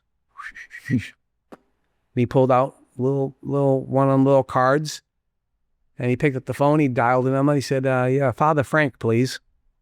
Hello, Father. This is Father Jim down at MCI Concord. I have a special delivery FedEx package coming your way. His name is Jim Wahlberg, and this is where we are in the process. Please, Father, handle with care. I get to the next place. Father's waiting for me. Hello, Jim. I'm Father Frank. You know, I spoke to Father Jim, and we'll continue on the journey. They were preparing me to be confirmed. They were catechizing me, they were teaching me the faith, and he did the same thing lovingly. And I was only there a short period of time, and it was, again, being transferred to even lesser security, minimum security, no fences, no bars, nothing. And I said, Father, I'm being transferred. He said, have a seat, my son. Said the same words that were said to him to the next priest. And I get to the next place. He's there waiting for me. A couple months goes by. He says, you're ready to be confirmed into the church. And he said, because we're in minimum security here, Jim, you can invite people. You can invite your family. You can, if you have some close friends, as long as they can stand up to a background check, they're welcome to come and celebrate with us. And I said, okay. And I really couldn't think of anyone other than I called my mom, right? What else do you do? Mom, I'm being confirmed, and I would really like it if you could be there. And I could hear the hesitation in her voice, right? She had this experience where she visited me. Last time, yeah. And it was bad. It was bad. And she said, call me tomorrow. Let me think about it. And the next day I called her back, and I could hear the reluctance in her voice, but she said, okay, I'm going to come. And brother, I want to tell you that there was no way for me to know how important this day would be. Not just the obvious, right? I'm being confirmed into the church under my own decision-making. Like, I'm not being told, go make your first communion. Like, I'm doing this because I want to do this. I want to be one with the church. I want to be part of the church. I love Jesus, right? But for her and I, it was the day the prodigal son returned, if you will, right? It was the day that she would refer back to for the rest of her life. she would refer back to that day. Jimmy, do you remember that day I knew you were different? Remember that day I knew you were going to be okay? I'm talking about weddings, funerals, birthday parties, just a quick moment alone. Oh, you remember that day, Jimmy? And because it was the day that she had her son back. This is my son. That's not that other guy I met that I visited. This is my son. This is the child that I raised. And all the way until the end of her life. And at the end of her life, I was blessed and honored to be there. I watched my mother care for every one of her siblings at the end of their life, and her own mother. At the end of their lives, she cared for her family. And I was blessed to be there for the end, to be there, to help bathe her, to change her, and to just be in her presence. My mom had really heavy dementia, visual hallucinations. I mean, it wasn't, I think she always remembered everybody's name, but my mother would say, oh, you're my favorite, if you were with her. Yeah. But it was very superficial. There was no depth to it. It was just fun, right? Mm-hmm. And in a moment of clarity, in full-on dementia, at the very end of her life, days left, she had a moment of clarity and she told me, Jimmy, I want you to know that you're my favorite. And then she did something she never did. And she started to tell me why. She started to go back over my life. Do you remember that day? Do you remember the day? And then she talked about the man that I was able to become, and the son that I was able to become, and the brother that I was, and the man of my community that I was able to become, and the dad that I was able to become through the love of Christ, right?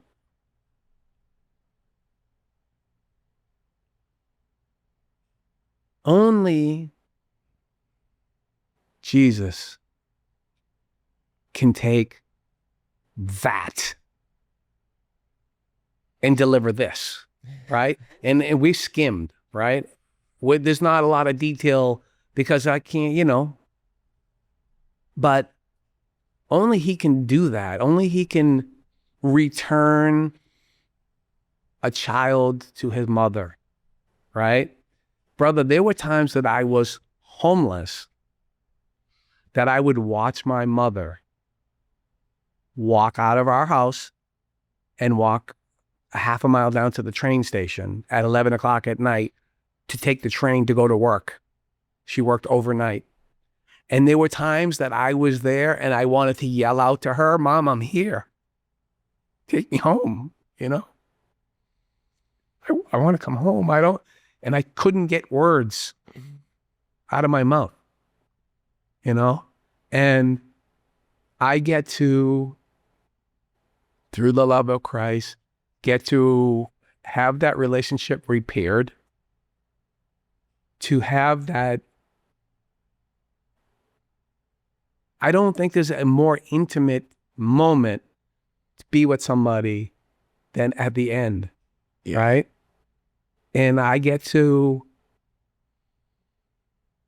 be available, reliable, dependable, and to just do what I watched her do, to do what she taught me how to do through osmosis. She didn't say, okay, you do this, you do that, right. No, you just be present, right? You just be present and love.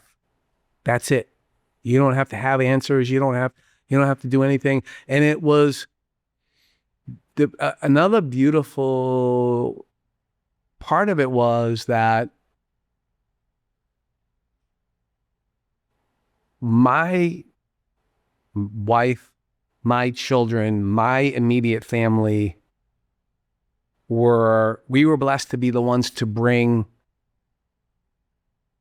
a spirit of Christ to the situation, right? Mm-hmm. Not because, my family there, most of them are, my brother Mark is very Catholic. Mm-hmm. My brother Paul, I think he goes to mass and, I think the rest are culturally Catholic. It's the way they were raised. It's what they know. It's, you know, and so it's not the first thing they think about. It's not the first.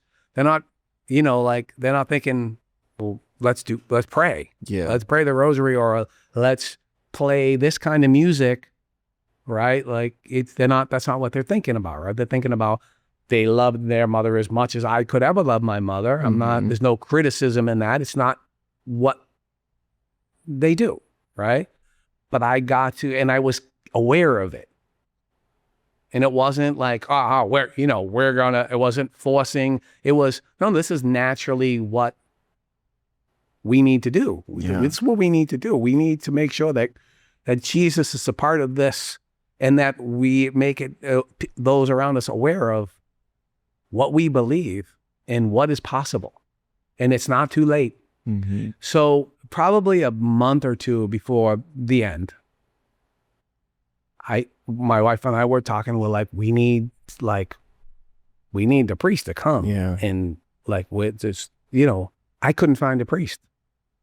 Could not find a priest to come and give my mother extreme unction and, you know, like that's right. Prepare her, right? Yeah. And I know that God gives us all gifts, and some gifts that they're very special gifts. And I found out what this priest's gifts were, because I called him, and he came and he sat with me and my mother, and he was every bit a reflection of Jesus Christ in that moment. I said, this guy's gift is sitting down with old ladies at their end, right? And providing them with the body of Christ. Yeah. And it was, I mean, we just all three sat there and just bawled our eyes out, you know, and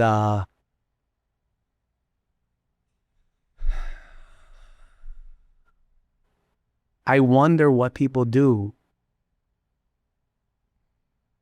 if they're not turning to Jesus in those moments. What do you do? Like, what is there? Right? Like, I can't even fathom it. I cannot even fathom it. So, you know, I've been blessed to continue to get on my knees, just to continue to look to him. Mm-hmm. And not look outside, and you know, we talked about earlier, it's, you know, it's a constant battle. It's a fall and get up, but I get up looking towards him. I know 100% without any question, that's the only place I'm going to find the answers. Yeah. And I learned that in my journey with recovery as well, right? Like, years after getting out of prison and being sober for a long period of time, it actually probably wasn't even that long. Like, I was probably 2 years clean and sober. Mm-hmm. And what I mean by that is not just abstinent, but actually working on myself and my life, and taking these, like I said, when I had this Mother Teresa experience for the first time, this 12-step program made sense. Yeah. I felt like, hey, maybe it can work for me too. I get a job working in a detox, mm-hmm. and it's literally on an island. It used to be, it was an old tuberculosis hospital in the middle of Boston Harbor. And it was for indigent people. And it was literally the only job I could get. It was the only place that all of that baggage that we've been talking about for an hour and a half was all assets. Mm-hmm. They weren't liabilities. They were assets in that one place. They were assets. And so my very first day, I'm there, and I'm basically an orderly. I'm sweeping floors, doing laundry, making beds, cleaning up after people who maybe will lose their bodily functions, and because they were really, really in dire straits, these folks. And, you know, I'm at the beck and call of the doctor and the nursing staff. And so my very first day, I'm very anxious and nervous, and, you know, I'm out of my environment, if you will. And it was time for my lunch break. So I went into the staff room little dining area, and I was the only person in there. So I'm eating my food and, you know, thinking of myself, not thinking about the patients. I'm nervous. It's a lot. Probably trying to talk myself out of showing up tomorrow. Yeah. And the door starts to open, and I got nervous, and there was a book on the counter, and I just grabbed it and opened it because I did not want to engage with anybody. I may even have the book upside down. And one of the nurses, a male nurse, walked in, and he said, I don't want to ruin your lunch. He said, but I think we know each other. And I'm like, really? He goes, were you ever in Camp Halifax? And I spent half my life in the Camp Halifax. And he goes, yes, I was. And he goes, I was the nurse at Camp Halifax. And he said, I need to make an amends to you. And I said, what are you talking about? I kind of made, like, I remember the nurse had like a ponytail. This guy had a ponytail, whatever. I didn't really know him. I remember sort of. Like the figure, but not. The figure, that was really it. Because we never saw the nurse. And he said, listen, he said, I want to say I'm sorry to you. He said, I too am an alcoholic. He said, when I was supposed to be working, taking care of all you guys, I was in my cabin drinking, right? He said, but I remember you so clearly. He said, and I want you to know that not a day has gone by from then until now that I haven't wondered what happened to you. And he said, and here you sit. And it was like, it blew me away. It blew me away. It was so authentic. Yeah. And beautiful and emotional. Chills. Yeah, it was beautiful.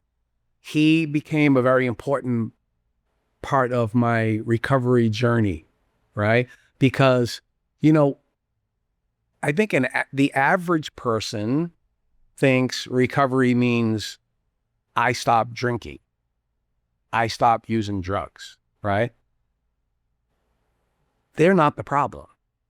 I'm the problem, right? So what am I going to do to repair me, the problem? How am I going to heal? How am I going to learn how to forgive others? How am I going to learn how to clean my side of the street, if you will, and to amend for my actions? And this guy was such a beautiful example of that, you know. And he was sort of a typical old time sober guy. Like he would just say little things, just little, 2 or 3 words, a little phrase, and that would be it. Like he wasn't giving you. Because he was sober when he saw you then. Yeah. And for many years, and had done lots of work. Yeah. To heal from his life and to amend for his behavior. And he pointed me right in the right direction to the work. Because I was at that point just not drinking, just not getting high. It was more of a social thing for me to like go to the meetings and hang out with other people who didn't drink and didn't do drugs. But I wasn't getting better. Yeah. I was just not drinking, which is a very good beginning. And I encourage everybody to take that beginning, but that's when the work starts. Yeah. Right. And, he was a shepherd, man. He was a shepherd. He led me to the work and encouraged me to continue. And when it was so hard, you know, when it was so hard to say out of my mouth things that I had done and ways that I had behaved and people that I had hurt, and to have another human being, it all in God's beautiful plan. It started with a priest who I knew at the very least, he couldn't tell anybody, right? Like it was literally, it all worked that way for me. I needed evidence and proof, and it took a long time for me to feel comfortable to say my truth, my brokenness, and the things and the way I hurt people and the way I was hurt, you know, and so very much like confession, if you will, without the absolution, because he doesn't have the power to give me the absolution. But for another human being to say, Yeah, man. That was hard, bro. I was tough. And, you know, I had a similar experience, or I did this or that, and that's not who you are. Yeah. You're not that person. Thank you to our sponsor for this episode, Motherboards. Motherboards specializes in design and fabrication of high-end Catholic-themed skateboards and snowboards. They're manufactured right here in the United States. Their boards incorporate unique Catholic-inspired artwork and premium builds. I think their skateboards are super rad, super good to ride, and I can't wait to check out their brand new St. Michael snowboard. It's been a minute since I've ripped some snow, but I can't wait to get out there on the new Motherboards St. Michael. You can check out their whole selection at loveyourmotherboard.com. Again, that's loveyourmotherboard.com. Thanks again to Motherboards for sponsoring this episode. My faith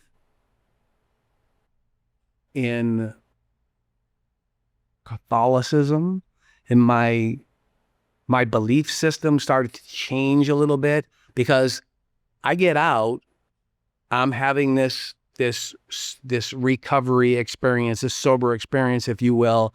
And we're also sort of in the middle of the massive scandal in the church, living at ground zero in Boston, right? With people who were going to the meetings that were victims of this atrocity, right? And, you know, so there was a lot of resentment to the church. There was a lot of, you know, so I was being given permission. You gotta listen to this now. I was given permission to create my own conception of God. I just spent 2 hours telling you how broken I am. Now you're gonna leave it up to me to make up my own God, which basically amounted to I was God, right? And you know, I didn't need the sacraments. I didn't need any of that, right? I had this God that I created that I would just say, hey, dude, I'm sorry, I'll try better next time. And I would just keep moving on, and my behavior would continue. And so I was clean, living dirty. I wasn't living a godly life. I wasn't robbing people. I wasn't, you know, but everything was just okay. Like I could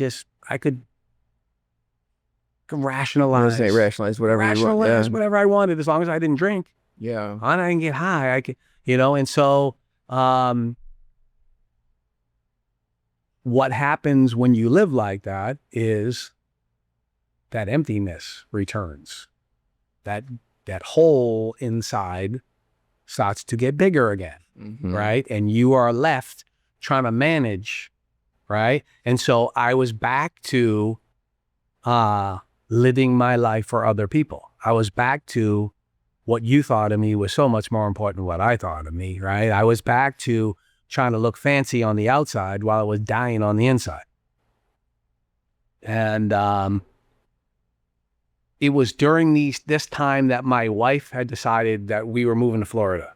Could we go back, because when did you meet your wife then? So I met my wife soon after getting out. The first place that I was ever welcomed was an after-school program in my neighborhood that the guy who ran it, I knew him. They had like an alternative school in the YMCA that I went to, and he ran it. I knew him. We all knew him. He was kind of a cool cat. He was a little bit of a hippie kind of guy. Really kind, friendly guy. He was running a program, and my brother Donnie and all his friends would go there, and they were well known for being there. And they took some of those kids with them on the road and showed them the world. And this guy let me come there under the pretense that I was a volunteer, that I was going to help the kids, but they were helping me. I'm talking about literally the day I got out.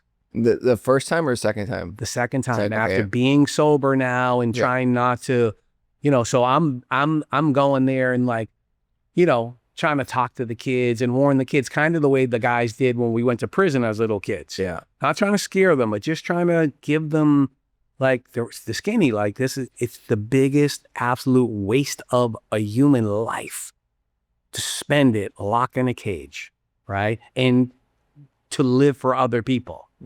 And so she worked there. And I thought she was a very attractive woman, But she was tough because it was all teenage boys there. Gotta She be. had to be tough. And so I wasn't really, again, I thought she was very attractive, physically beautiful, but I didn't really have a lot of interest in tough. I want tough, right? And Well, you were tough, so you didn't want to. but a different tough, Yeah. right? And so one of the other people there, a woman that worked there, thought we would make a nice couple. Mm. And she started whispering in her ear, he likes you. And then she whispered in my ear, oh, she likes you. And so we ended up talking on the phone one night, and it was one of those calls like 5 o'clock in the morning. Yeah. You hang up first. No, you hang up first. Yeah, and so we went on a like a friend date kind of a thing with another couple. Mm-hmm. We went to the Topsfield Fair, which is a famous fair up in New England. And what I was not aware of was that she was already involved with somebody. And so, and like deeply involved with somebody, engaged to somebody, which I was not aware of. She's going on a friend date. All good, right? Friends was not. So we went to that fair, and then the next day she called her fiance and said, I need to give you this ring back. She claims not because of me, but because if she could go and have this much of a nice time and friendly time and have even any kind of a feelings for somebody else. Yeah. And so she gave the ring back, and I, of course, said, of course she gave it. I mean, look at me, right? But it was, it was what it was. And so we started to date immediately and exclusively. And, it was a struggle because I'm a struggle. What about it? What's the struggle? I don't know how to have a relationship. Did you, this was the first one you were like, okay, you gotta This is the first adult, I'm an adult now, right? Yeah. All my life, I was just a kid in these circumstances, right? And so it was a struggle because I was, I didn't know how to be in a relationship. I didn't know how to treat another person. I didn't know how to open up to another person or express love or receive love, probably more importantly. And so it was, there was friction a lot, right? There was no violence. There was no yelling and screaming, that kind of stuff. It was just always friction. There would be arguments and hanging up the phone and, just acting like an immature kid. And we were probably at the end and found out we were with child. Mm. And, I was like, I was a lot of things in my life, but instantly I said, my child is not going to grow up without a dad, right? Like even my dad, I didn't get along with my dad, but I had a dad. Still had that role model. Like he was there. He was the guy. He provided. It was it, right? And I was like, my child is not going to grow up without a dad. So come and we'll figure it out. Mm-hmm. And that's what we did. We figured it out. And my son was born,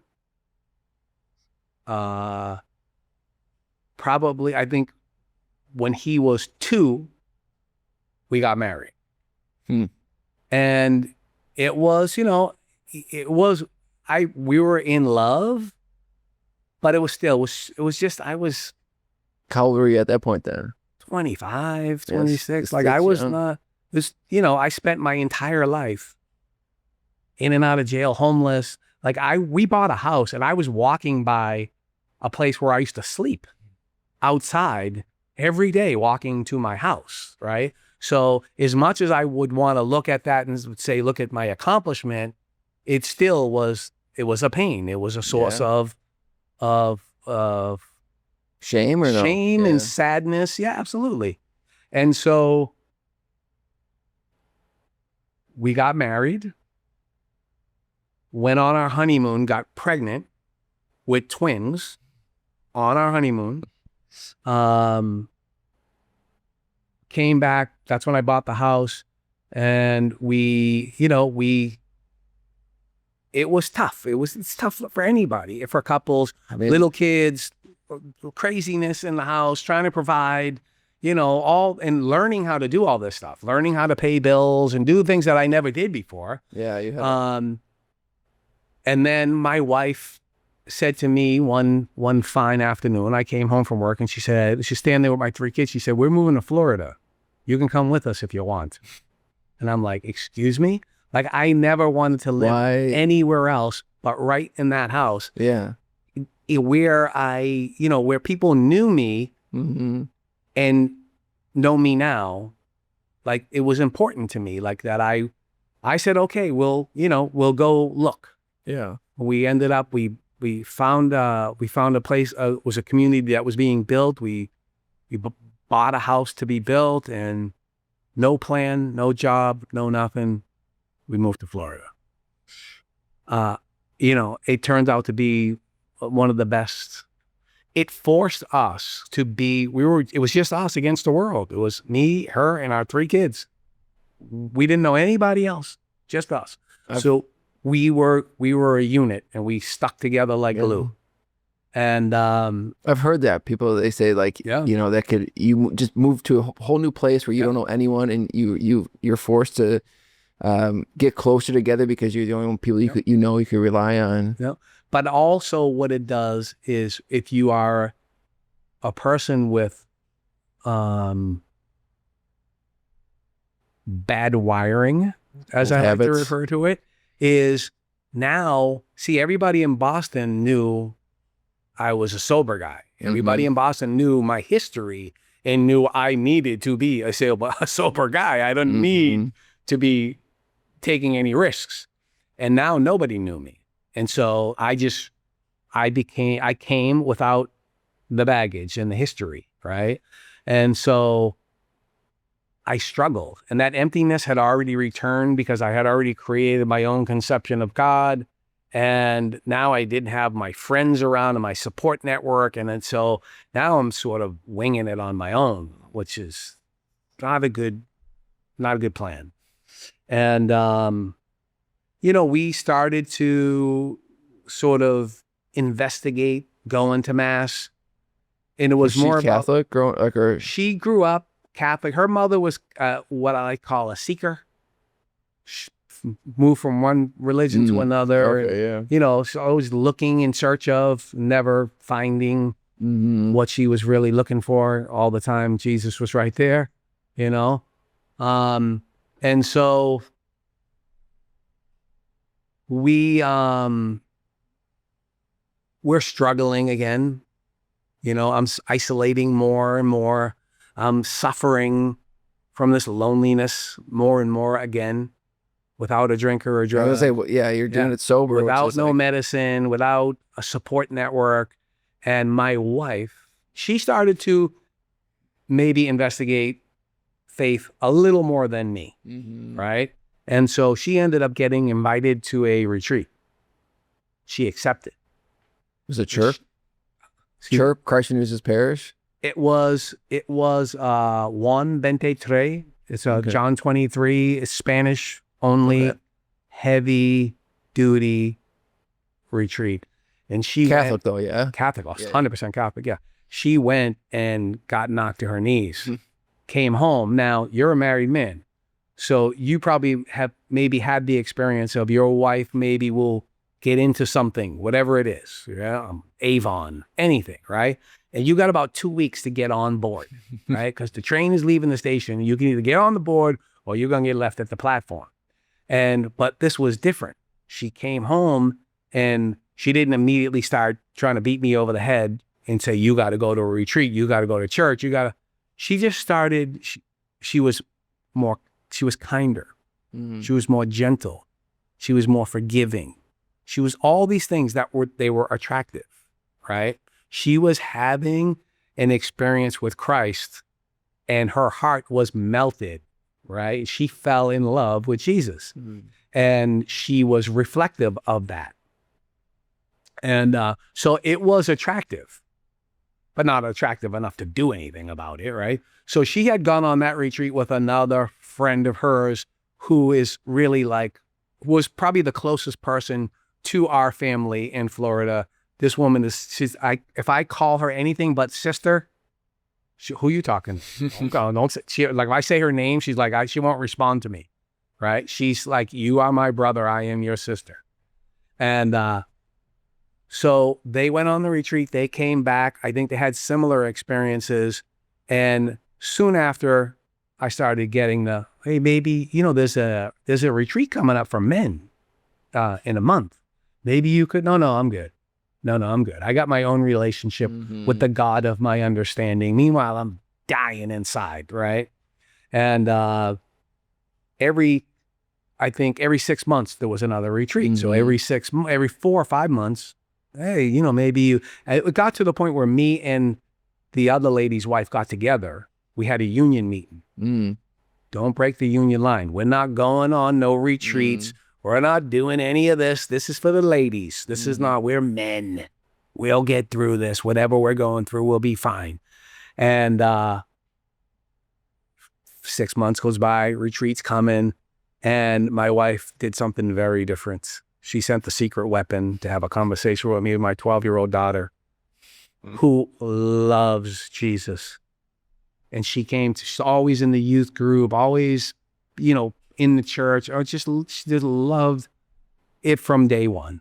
And she came to me and she said, Daddy, I really would like it if you would go on this retreat. She said, I want you to be happy. I want you to know Jesus. And brother, when I tell you she ripped the mask off my face in that moment, like, and you, how do you say no to that? You can't say, I was like, yes, I will go. Yeah, absolutely. I'm going. No doubt I'm going. And she, it crushed me. The words that she said were, they were desperate. Yeah. Right. They were desperate. Those are words of a desperate 12-year-old. Right. And so I said, yes, of course I'll go. And then the minute I said yes, my mind went into, all right, how am I going to get through this situation? I'm just going to go. I'm just going to sit down, shut up, get through the weekend so that I can make her happy and get this pressure off my back to do what they want me to do. And so all the way up until the day I went, I remember pulling up to the retreat house in my car, and you pull up and they wave you into a parking spot and they open your door for you. They're all so nice. And they're like smiling and happy. And they're like, yo, let me get your bag, brother. I'm like, bro, don't touch my bag. Right? Brother, I had a hooded sweatshirt on. And I had the hood on. And the hood did not come off for a couple of days. Right? Like I was just keeping everybody. I looked like the Heisman Trophy. I was like, everyone was hugging. I was keeping them all at a distance. And my problem, one of the main sort of difficulty was that I had this amazing conversion experience. Yeah. Right. Where God sent his number one assistant. I was going to say, you can't get higher than that. Well, to retrieve me, to deliver me a message from him, a message like no other message. Right. Mm-hmm. And I walked away from that. And what I did was to manage that walking away, I wouldn't look at a crucifix. I would not look at Jesus on that cross. I would turn away. What I did was I humanized Christ, and to the point where he was thinking like I think. If you slighted me, if you hurt me, if you ignored me, I would be resentful towards you. I convinced myself that Jesus was mad at me because I walked away from him. He saved me. He came to me in my darkest hour, and I turned my back on him, right? And so I convinced myself that he was somewhere in heaven, that Jim, that dirty bum. And now I'm at this retreat and I'm about halfway through, and it was all of my previous life experiences kicked in, right? Like I'm sitting in a chair in this retreat and men are sharing their testimonies and doing different exercises, and it's literally like an angel and a devil on my shoulders. And they're both talking to me in my own voice. And the devil's like, this is weird, bro. You got to get out of here. Yeah. And the angel's like, what are they going to do? Kill you? Don't worry about it. You can do this. How are you going to explain to your 12-year-old you couldn't get through the weekend? You're not going to do it. Yeah. So just don't worry about it. Just keep an open mind. And halfway through, I peaked, and it was all it took, man. It was like all it took for him to just get his arms around me again. And when I tell you that the waterworks started, like I cried for days, not for the night, not for that hour, not for that moment, for days. I just could not stop crying. I went home from that retreat and laid in the fetal position on my bed and just wept for days. Didn't pick up my phone, didn't call people. I was just a mess. Because you had years of just hurt. Just trying to manage. Yeah. Just trying to control all the things that are incontrollable. I can't control the world. I can't control the way people act, and I can't control my own reaction to what people are doing and how they're living and how I'm living, you know? It just happens, and it happens so fast when you take your eye off the ball, right? When what I learned instantly, having this conversion experience at this retreat, at the end of this retreat, and when I left this retreat, what became crystal clear to me was, if I want to have a relationship with anyone that matters, never mind the savior of the world, if I want to have a relationship with anyone that I think is important, I'm going to need to put some effort into this thing. Yeah. I'm not going to just be able to. I had the experience of having this overwhelming, powerful feeling and coasting on that and putting no effort into it, right? So I am right away knowing effort needs to be put forth. And if I want to feel this way, and even if I don't want to feel this way, if I want to have this relationship, I'm going to have to put effort into this. I'm going to have to give him some of my time, right? And that's what I did. And I did it in simple ways, you know, like I started serving on the retreats. I started going mass, obviously, right away, and have not stopped going to mass. And that was 17 years ago, right? And I mean, there was a point where I don't want to sound like checking the box, but like, well, it's 15 years I did not miss a Sunday. There was no excuse ever, no matter what. I mean, still, it's the priority, obviously, but it just was always the most important thing was I need to go spend this time with Jesus. I need to go to adoration. I need to do things. And, you know, I don't want to sit here and say that I don't fall short. I don't want to ever try to convince anyone that I'm a holy man, right? I am a sinner. I fall short all the time. You know, I'm so undisciplined. I go for periods where I don't miss a rosary, and then I miss a rosary, and then next thing you know, it's a month, and I haven't prayed the rosary with my wife, right? Like, I know it's the enemy. I know the enemy doesn't want me praying with my wife. The enemy doesn't want me serving Christ. The enemy doesn't want me helping people that are in need. That's not what he wants. He wants me isolated. Yeah. He wants me alone. And he's shown that's worked in the past when you're isolated. He knows. Yeah. He knows. And just section that off a little bit. Just a little bit. It's teeny bits at a time. Brother, teeny bits at a time. And I fall for it. Time and time again, I fall for it. But I think that's what makes your story such a beautiful, I think it's your story is one of the most powerful stories of conversion, because it started so you were baptized, you had your first communion, and then you have, a period where, not doing the, the right things. You have this mountaintop experience with Mother Teresa. I think you made your confirmation shortly after that. And then, it's very much like Peter, right? In a way. But you mentioned something earlier on how that counselor or the nurse,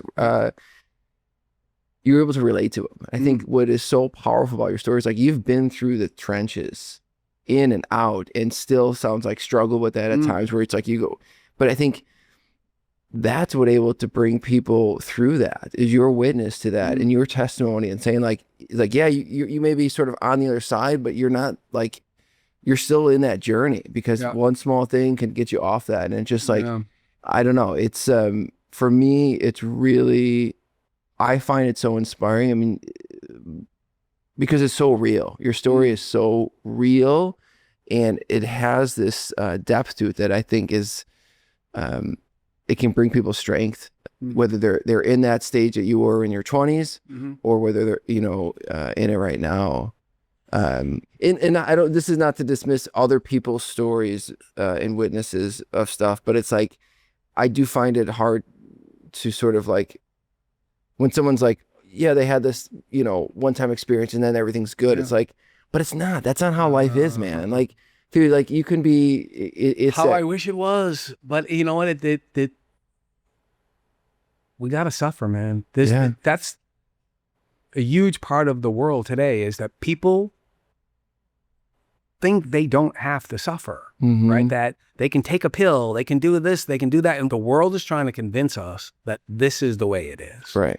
And it's the exact opposite of the way it truly is, right? And that we are going to suffer and we got to be on our toes. If we're out here professing Christ, then we know for sure we're opening ourselves up to the enemy trying to find his way in. Yeah. Right? Because rather get one of us, see, it didn't work. That was all. Yeah. Good example. This holy person. Shoot, boom, right back. Look at him, right back in the pit.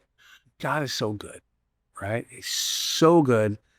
And this free will thing that, so many times I wish he would just not give It'd be easier if it would. Because I keep proving time and time again, I am not capable of having that free will because it's never like, that's it, I quit, right? It's always like, I'm going to go to bed tonight early, or I'm not going to do this, or I'm not going to do that, or, whatever, I'm not going to adoration. I'm not going to do the rosary tonight. And then it's like, boom. Yeah, you miss one. Boom. It's like an alcoholic picking up that first sucker drink. Yeah. Falling for the lie that we can do this again, right? That's the way the enemy works. He convinces us, I don't need to do that right now. Yeah. Right? Just one drink, it's fine, or miss this. Laziness is a big one. Well, and just coming to Christ, like the prayer that I try to tell myself, or that I try to pray rather, is like, Jesus, I can't do this without you. And I think sometimes we get to these spots where God allows these pain, the sufferings to happen. So we have no choice but to beg God on our knees and say, Jesus, I cannot do this. I literally cannot do this. And there's, whether it's stuff in my marriage or at business where it's like, Jesus, I can't. I really can't. I need you to help me. And I think that's where we find our relationship with Christ at the strongest. Beat into a state of reasonableness. Yeah. Where we, as men professing to be men of God, right? We're men, and men are supposed to fix stuff. Men are supposed to know how to do the things and repair the things. And so sometimes the first thought is not, I got to get on my knees and pray. I need God's help. It's, I got this. Yeah, I can figure it out. I got this. Yeah. And I don't got this, bro. I don't got this. That's my truth is, I don't got this. Yeah. And without him. And that's why, because it's just your life is such a great example of that. And it's such a good reminder, because you have such a strong masculine presence. And at the same time, you're able to show like, but it's Christ that is the fuel, really. Yeah. And it's that constant going back to him. Because without that, all of us, we keep, no matter how strong we think we are mentally, physically, spiritually, we're nothing without God. And it's just that constant need to always go to Christ then for that stuff. When I was left to create my own conception of God, I became an empty shell of a person again, right? Looking at others to fill me with their approval. And when I went on that retreat and had that second major conversion and knew that I needed to give him my time and put effort into that relationship, I gave him everything. He became the source of all things related to my recovery in particular, right? I knew that without him, it was fruitless. That I could maybe go the rest of my life without having a drink or a drug, but I would not be happy. I would not be full. I would not be living the life that he wants me to live, a life of service. I humbly say that I haven't had a drink or a drug in 38 years, right? A day at a time for 38 years. I haven't found it necessary. That certainly doesn't mean that I haven't contemplated it over 38 years. It certainly doesn't mean that I haven't suffered from alcoholism, because I don't need to drink to suffer from alcoholism. I just need to think. I just need to think I'm the solution to my own problem, right? And I can suffer real well from alcoholism. And the people around me can suffer from alcoholism without me ever picking up a drink. And I can't not tell that truth. Wherever I am, whatever room I'm in, whatever circles I'm in, I cannot not give Jesus credit for all of it. And it does not matter to me if it makes people, I don't care. If it makes anyone uncomfortable, I don't care. That's not my job, is not to make you feel comfortable. My job is to just tell you the truth the way I see it. And you can do what you do. What do you think people, because you said it's affected you even when you weren't drinking. Like, what do you think people misunderstand about alcoholism or like, because I think most people, it's like, oh, you just want to have a drink, and that's it. Kind of like it becomes a little bit, for someone on the outside, superficial in a way. I think alcoholics are usually the last one to know that they're the alcoholic in the room, right? I think it's comical sometimes when I think about how we work. We think nobody knows what's going on, and everybody knows. It affects everybody in our life. And it's crazy because the one thing that everyone else sees as the thing tearing you apart, you see it as the thing holding you together, right? It's your medicine, right? It is alcoholism is a symptom of other problems, right? Because we can stop drinking alcohol, right? I have been unhappy and miserable sometimes in these 38 years, not drinking alcohol,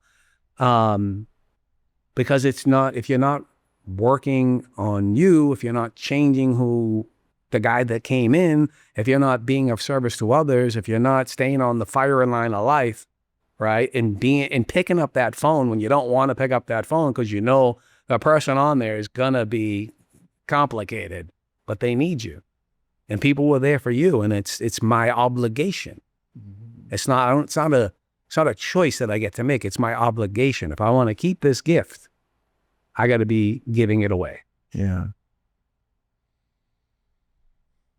We go back. First off, thank you for sharing that. But about your mom, I mean, that like hit me.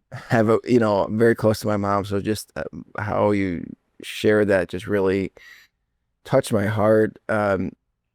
I'd love to hear your perspective of like what you can share with other parents right now. So if they're seeing, I know we talked a little bit earlier, but just like your mom was that example, like I'm sure there's people right now listening, and we talk to people a lot where it's like, my kids are falling away from the church. And, oftentimes if they've fallen away, they're, doing other things that aren't helpful. Like, is there advice? I mean, obviously your life has been an example of this, but like, where they feel like that they don't know what to do. Like, what do you do? What does a parent do? I honestly wish I knew the answer to that question. I have children that have fallen away from the church. I have, you know, I bear responsibility, right? Because when they talk about dads, when dads drift away from the church and drift away from the faith, or not part of or not participating in, their children are far more likely to drift away from the faith, right? And I did that in my own brokenness. I drifted away, and I was not an example of a godly man. I was not there in the pew. I was not there with the rosary in my hand, not talking about it, but setting that example. I can continue to just be now the example. So when my children come home, they know on Sunday mornings we're going to mass. They know that my daughter had a baby 5 weeks ago, or we baptized her son last week. And my boys came home and went to the baptism, and they know that's what we do. That's who we are. And, you know, it's not uncommon for them to come out of their room and see mom and dad sitting on the couch praying the rosary. Or like, I just have to keep setting the example. Yeah. Right. The example is where the rubber hits the road, I think, for me. And so, and sometimes all we can do is pray for people. Yeah. Right. That's all we can do. I pray every time I pray for my sons to return to the church. Right. I pray for that every day. And I don't, every time I see them, I'm not beating them over the head. And, you know, I just want to be loving and kind. Right. And be a better man than I was. Yeah. And in terms of parents with children that have addiction, you know, it's first of all, there's nothing scarier. There is nothing scarier. And I think it can be even scarier for somebody who has their own personal experience with addiction, right? Because most people, moms and dads, are imagining what it might be like out there. And then when you know what it's really like out there, you're like, oh man, this guy can't handle this. Yeah. He can't do this. He don't need to suffer this. We have to be careful not to become part of the problem. Right? What does it look like being part of the problem? Well, so with choices comes consequences, right? When people are making bad choices and heading further down this path, and doing things, you know, stealing from you and like all that stuff that's what comes with addiction, right? Is the people that are going to get hurt the most are the people that are closest to the addict, right? And like, I stole from my family. I stole money from my parents. I stole clothes from my siblings. You know, like, you do these things to the people that are closest to you. My rationale was because they won't kill you, right? Because they're the family. They love you and they'll forgive you, right? We become part of the problem when we ignore it, when we coddle, when we baby. If I was an addict right now and I was living at home and my mom was doing my laundry, making me dinner, there was no requirement for me to go to work or do anything, or, you know, like, and I know parents that have literally taken their kids to the dealer and bought them drugs because they were so sick, right? Because they're so afraid of what could possibly happen out there on the streets. And listen, I get it. Hundreds of thousands of young people have died annually over the last several years from opioids, right? I get it. I understand how scary it is. But if there's no consequence, why would anyone ever try to do something different. Yeah. Right. But the number one thing we can do for them is to pray for them. Right. That is the number one thing. And sometimes it's the only thing. Right. I meet people all the time when I'm out, and if I'm speaking at an event, and, I sell books afterwards, and I'm signing the books, and I'm looking, and I always try to make the line seem longer than it is, but I look way down, a mile down, and I can see the people. I already know the people in the line that have someone they love is suffering from addiction or is in prison. I can see them. It's clear, bro. I can't see anything without my glasses. I can take my glasses off. I can still see them. What is it? Just like the way It's their lip is quivering. They're red. They've been crying. You can just tell. Yeah. And they get up there, and it ain't me, right? It ain't me. It's the hope that I think they feel, because I just pounded into the head a bunch of times that nothing is too big. Yeah.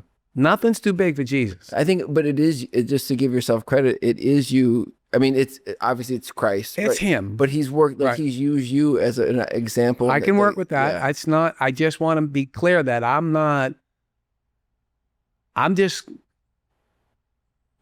working with what he's giving me. Yeah. Right. And, like I've done this a bunch of times. I've spoken at many conferences, and every time it's different. Every time it's the same testimony, but every time it's different. The way the Holy Spirit delivers it, right? It's different every time, because there's somebody in that room that a different part of this story is going to impact. It's going to touch them in a way that is what they need to just get a little bit of hope, not to get cured or have a conversion or any of those things, right? To just to get a little bit of hope that maybe I can too. If he did it, he just told me that he stole money from his family and lived outside, and I haven't even done those things yet. And he got recovery. He got better. He got a relationship with Jesus. I can do that too. Maybe I can do that if he can do it. And I'm okay with them saying, if that idiot can do it, I'm okay with that. Right. So yeah, I wish I had more answers, but I gotta, and there's hope, especially, for Catholic families, for Catholic parents. There are Catholic programs.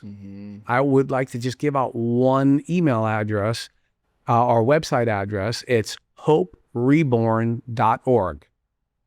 And that's the website for Comunità Cenacolo. I was gonna say, it was Cenacolo, yeah. Which is, my family, and we were part of Cenacolo for many years and still are, and we consider them our family. I met your son, remember? In World Youth Day. Yeah, yep. And so there is hope. Yeah. And people do recover, and people do heal. But it's a long, ugly road, man, and we can't interrupt people's pain. We talked about pain earlier, right? We as parents, I love that you said that. You can't interrupt people's pain. We don't want our kids to hurt at all. We don't want it to be hard for them at all, right? We want to make it easy for them, right? And nobody made it easy for us, right? So whatever position that I might find myself in now, nobody gave me anything. Nobody. It was all hard all the time, right? And when we sometimes as parents, we have a tendency to rob our children of the pain that they need to feel in order to know, don't stick your hand over the stove, right? So keep praying, and don't coddle. Yeah. Don't coddle. I think coddling is dangerous. Something you said earlier, and I think you also said too, is just the example. I think, you mentioned it too with your wife after she came back Yep. from the retreat. Like I think we underestimate the example that we set by how we live our lives. Um, and you talk about the 2-year-old grandchild, just seeing like how he's praise and all that stuff. That's not done by I mean, he's seeing you guys take him to mass and doing that stuff, and so it's that example, whether at a small age or as an adult, eventually comes around, and how your mom took care of everyone, and that example, she didn't tell you how to do that, but you just man, you get emotional when you talk about your parents. She showed how it's done. Yeah, right? and that's like, at the end of the day, I think that if there's only one thing to do, it's just like the example you set. I think you can't underestimate how important the example you set is for those around you. And even if they don't take it up right away, I think it'll eventually seep in. Yeah, that's powerful. It's yeah, you said don't interrupt their pain or their suffering. Like that is such a key thing, because we want to, especially as parents. It's like, avoid the pitfalls that we had, but you do have to kind of touch the stove at times. You do have to feel that pain. Yep. Can you talk a little bit about, some of the work you're doing now? Because at the, beginning, talk about how you're a filmmaker, you're an author. Just a little bit. I think it's important for some people.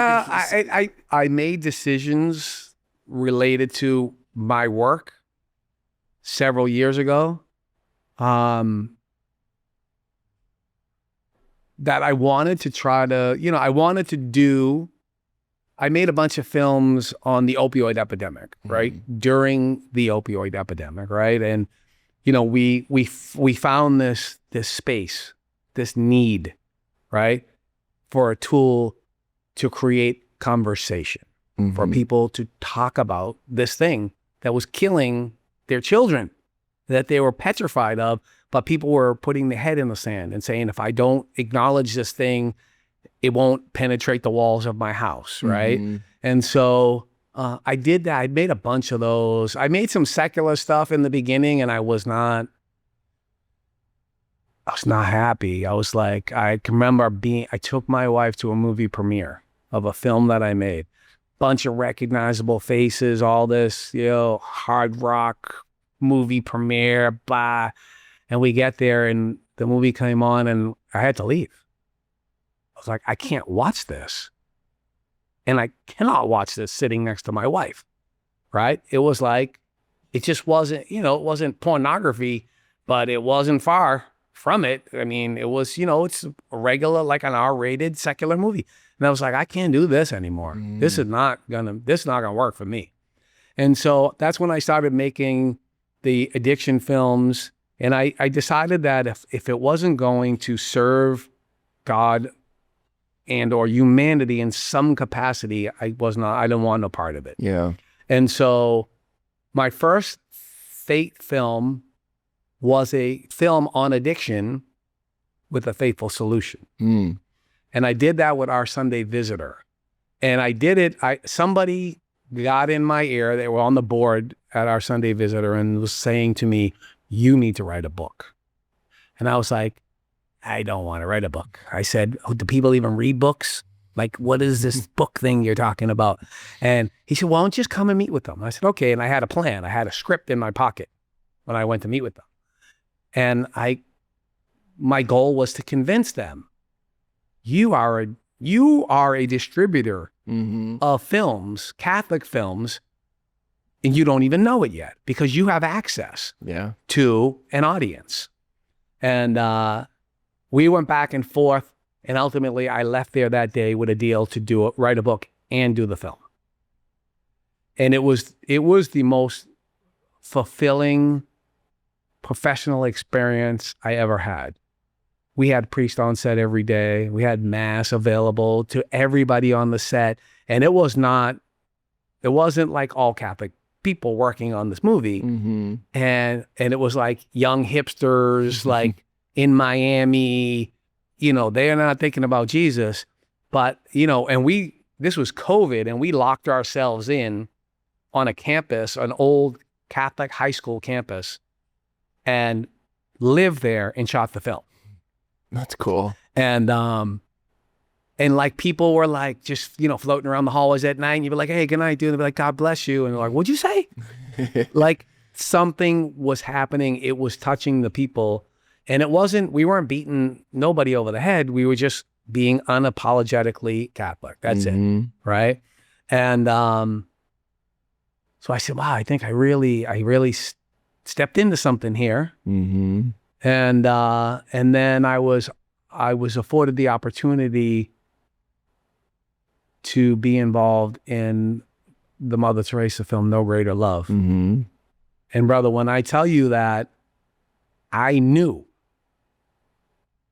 the moment I got the call, would I be in it? Not would I help produce it, not would I help promote it or market it or any of those things. Would I be in it? I knew instantly this was part of God's plan for my life. He sent her to find me. And now I get to be part of making what I believe is the definitive film on her life. And that's other people saying that, not me, right? And so right away, I knew this is what I want to do. And this is why I want to stay focused, right? I want to stay focused here in this space. So we ended up, I did I remember seeing you on the Jesus Thirst, Miracle of the Eucharist, right? Like we're not winning Academy Awards, right? We're professing our love for Jesus. We're introducing Jesus. We're talking to the faithful that are not nearly as faithful as maybe they need to be if they think that is a symbol, right? Because that is the body of Jesus Christ, and we need to behave as such, right? And you know, so I'm going to continue to do what I believe I'm called to do. I'm going to continue to fall. I'm going to continue to keep getting back up. I'm going to continue to love my Lord and serve him and to try to be of some use to others, right? If I'm not, life doesn't work well for me if I'm not, again, on the firing line of life. If I'm not available to people, you know, sometimes, you know, people are complicated. We're all complicated, you know, and it's like, in addicts, particularly in full-blown addiction, are incredibly complicated and not easy. And I've been blessed to have a very good memory of what a pain I was and how much I put people through and how difficult I made things for others and how I took things that didn't belong to me. And it keeps me humble, and it keeps me, can you be humble if you call yourself humble? Yeah, it's loud. It keeps me humble in the sense that I don't have to judge. I'm in no position to judge. I'm no better, no worse than anybody else, right?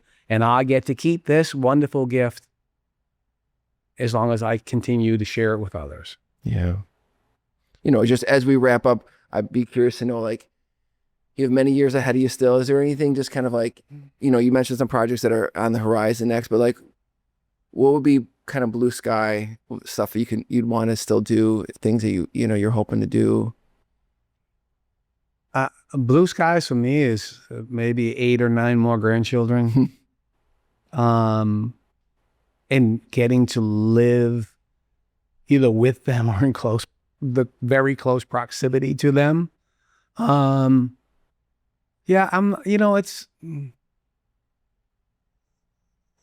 for me, I like to stay busy. I do. I like to stay busy, but I'm okay just sitting and quiet and just like, I could never sit still. Never. Just because I would think, and then the things that I would think were negative things about myself, right? And I'm good. I'm good just sitting and being in peace and being in quiet. And so I don't know. I've thought about my own story and maybe doing something with that, but not unless it's going to benefit somebody. Not for the for the glory of me, right? I want to, I'm good with also, I trust in the Lord. I trust that something's coming. I trust that there's more, that if I got some in the tank, there's more, and I'll get to, and I'll do it, and like our Carlo Acutis film came with, hey, I want to make a movie on this kid, Carlo Acutis, from a guy in Texas. And I said, yeah, I mean, everybody wants to make a movie. I said, they're very expensive. And he goes, how much? And he had a check in his hand. How much? Right? Because it didn't matter how much. It mattered that he got to share Carlo with the world, right? He got to introduce a generation to Carlo, right? And so I'm blessed with leaving this docuseries now. This docuseries was being shot by somebody else. And the people writing the checks were not happy. And somebody reached out to me and said, the woman who's in charge of this project, from the financial end and the access to those telling the story, saw some of your films, read your book, saw you giving your testimony somewhere, and she's convinced that you're the person that can fix this problem. And how I fix this problem is I surround myself with really smart, talented people, right? Like I know what I can do and I know what I can't do. And I've tried to do it all. I've tried to direct. I've tried to do, I have a set of skills that I was given to, right? I can hustle. I can put pieces together. I can put people together. I know, I recognize talent when I see it, and I recognize smart people when I see them, and I'm good with all kinds of personalities, right? So I feel like, more will come. More, I'm not out chasing it, which is nice, right? Because it's, it's a lot, right? It is hard to chase it. Yeah, I'm not out chasing it. And a couple have come to me, this is what we want to do, and we're prepared. We know what it takes to get it done, and we're ready with that too. And then, somebody will talk to me about a particular topic, and they're not pitching me a particular saint, and I'll just be like, because I'm not thinking just about the story. I have to think about the whole package. Yeah. I got to figure out, how are we going to pay for this thing? Who's shooting it? Who's directing it? Who are we working with? What are we doing? Where are we doing it? What is the story? Somebody needs to put the story on paper, because I can't put the story on paper, right? And I know, like, wow, this pitch that I just got the other day was like a great saint, but also relevant to people that I have access to, right?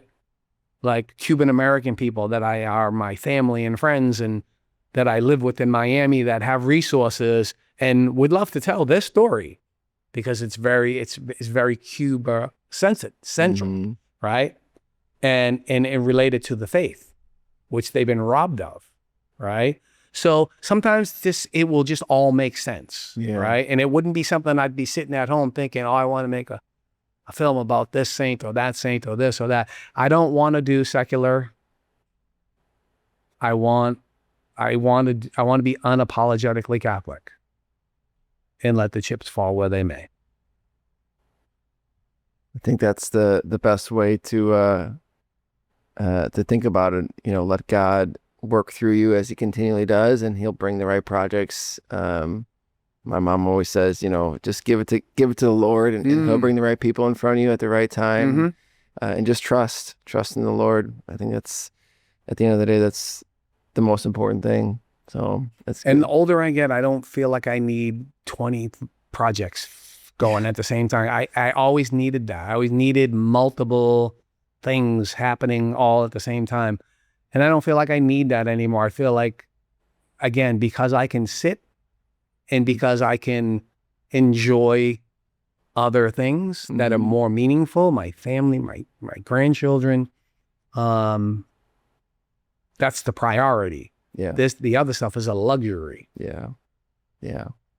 That's awesome. Well, Jimbo, any shout outs? I think this has just been a huge honor for me to be able to really open up and hear your story and just talk through it. So, I mean, I'm privileged to just sit here and enjoy this moment. But yeah, as we wrap up, anyone you want to shout out or anything else you want? Yeah, I just want to everybody that's making that are doing these Catholic projects, advancing the faith. And there's a lot of them.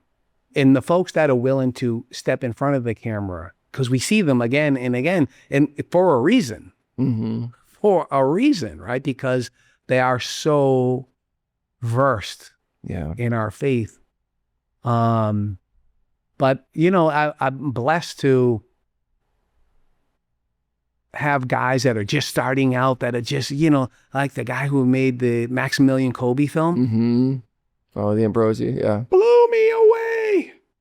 Awesome. And I had just been in Poland and just went to the concentration camps and was like, and just saw Maximilian's cell. Yeah. Right. And I'm like, guys are just, people are, and they're doing it on a shoestring budget, and they're just doing it, and they're not afraid to say no. And then you see the end result and you're like, good for you, bro. Good for sticking to your guns.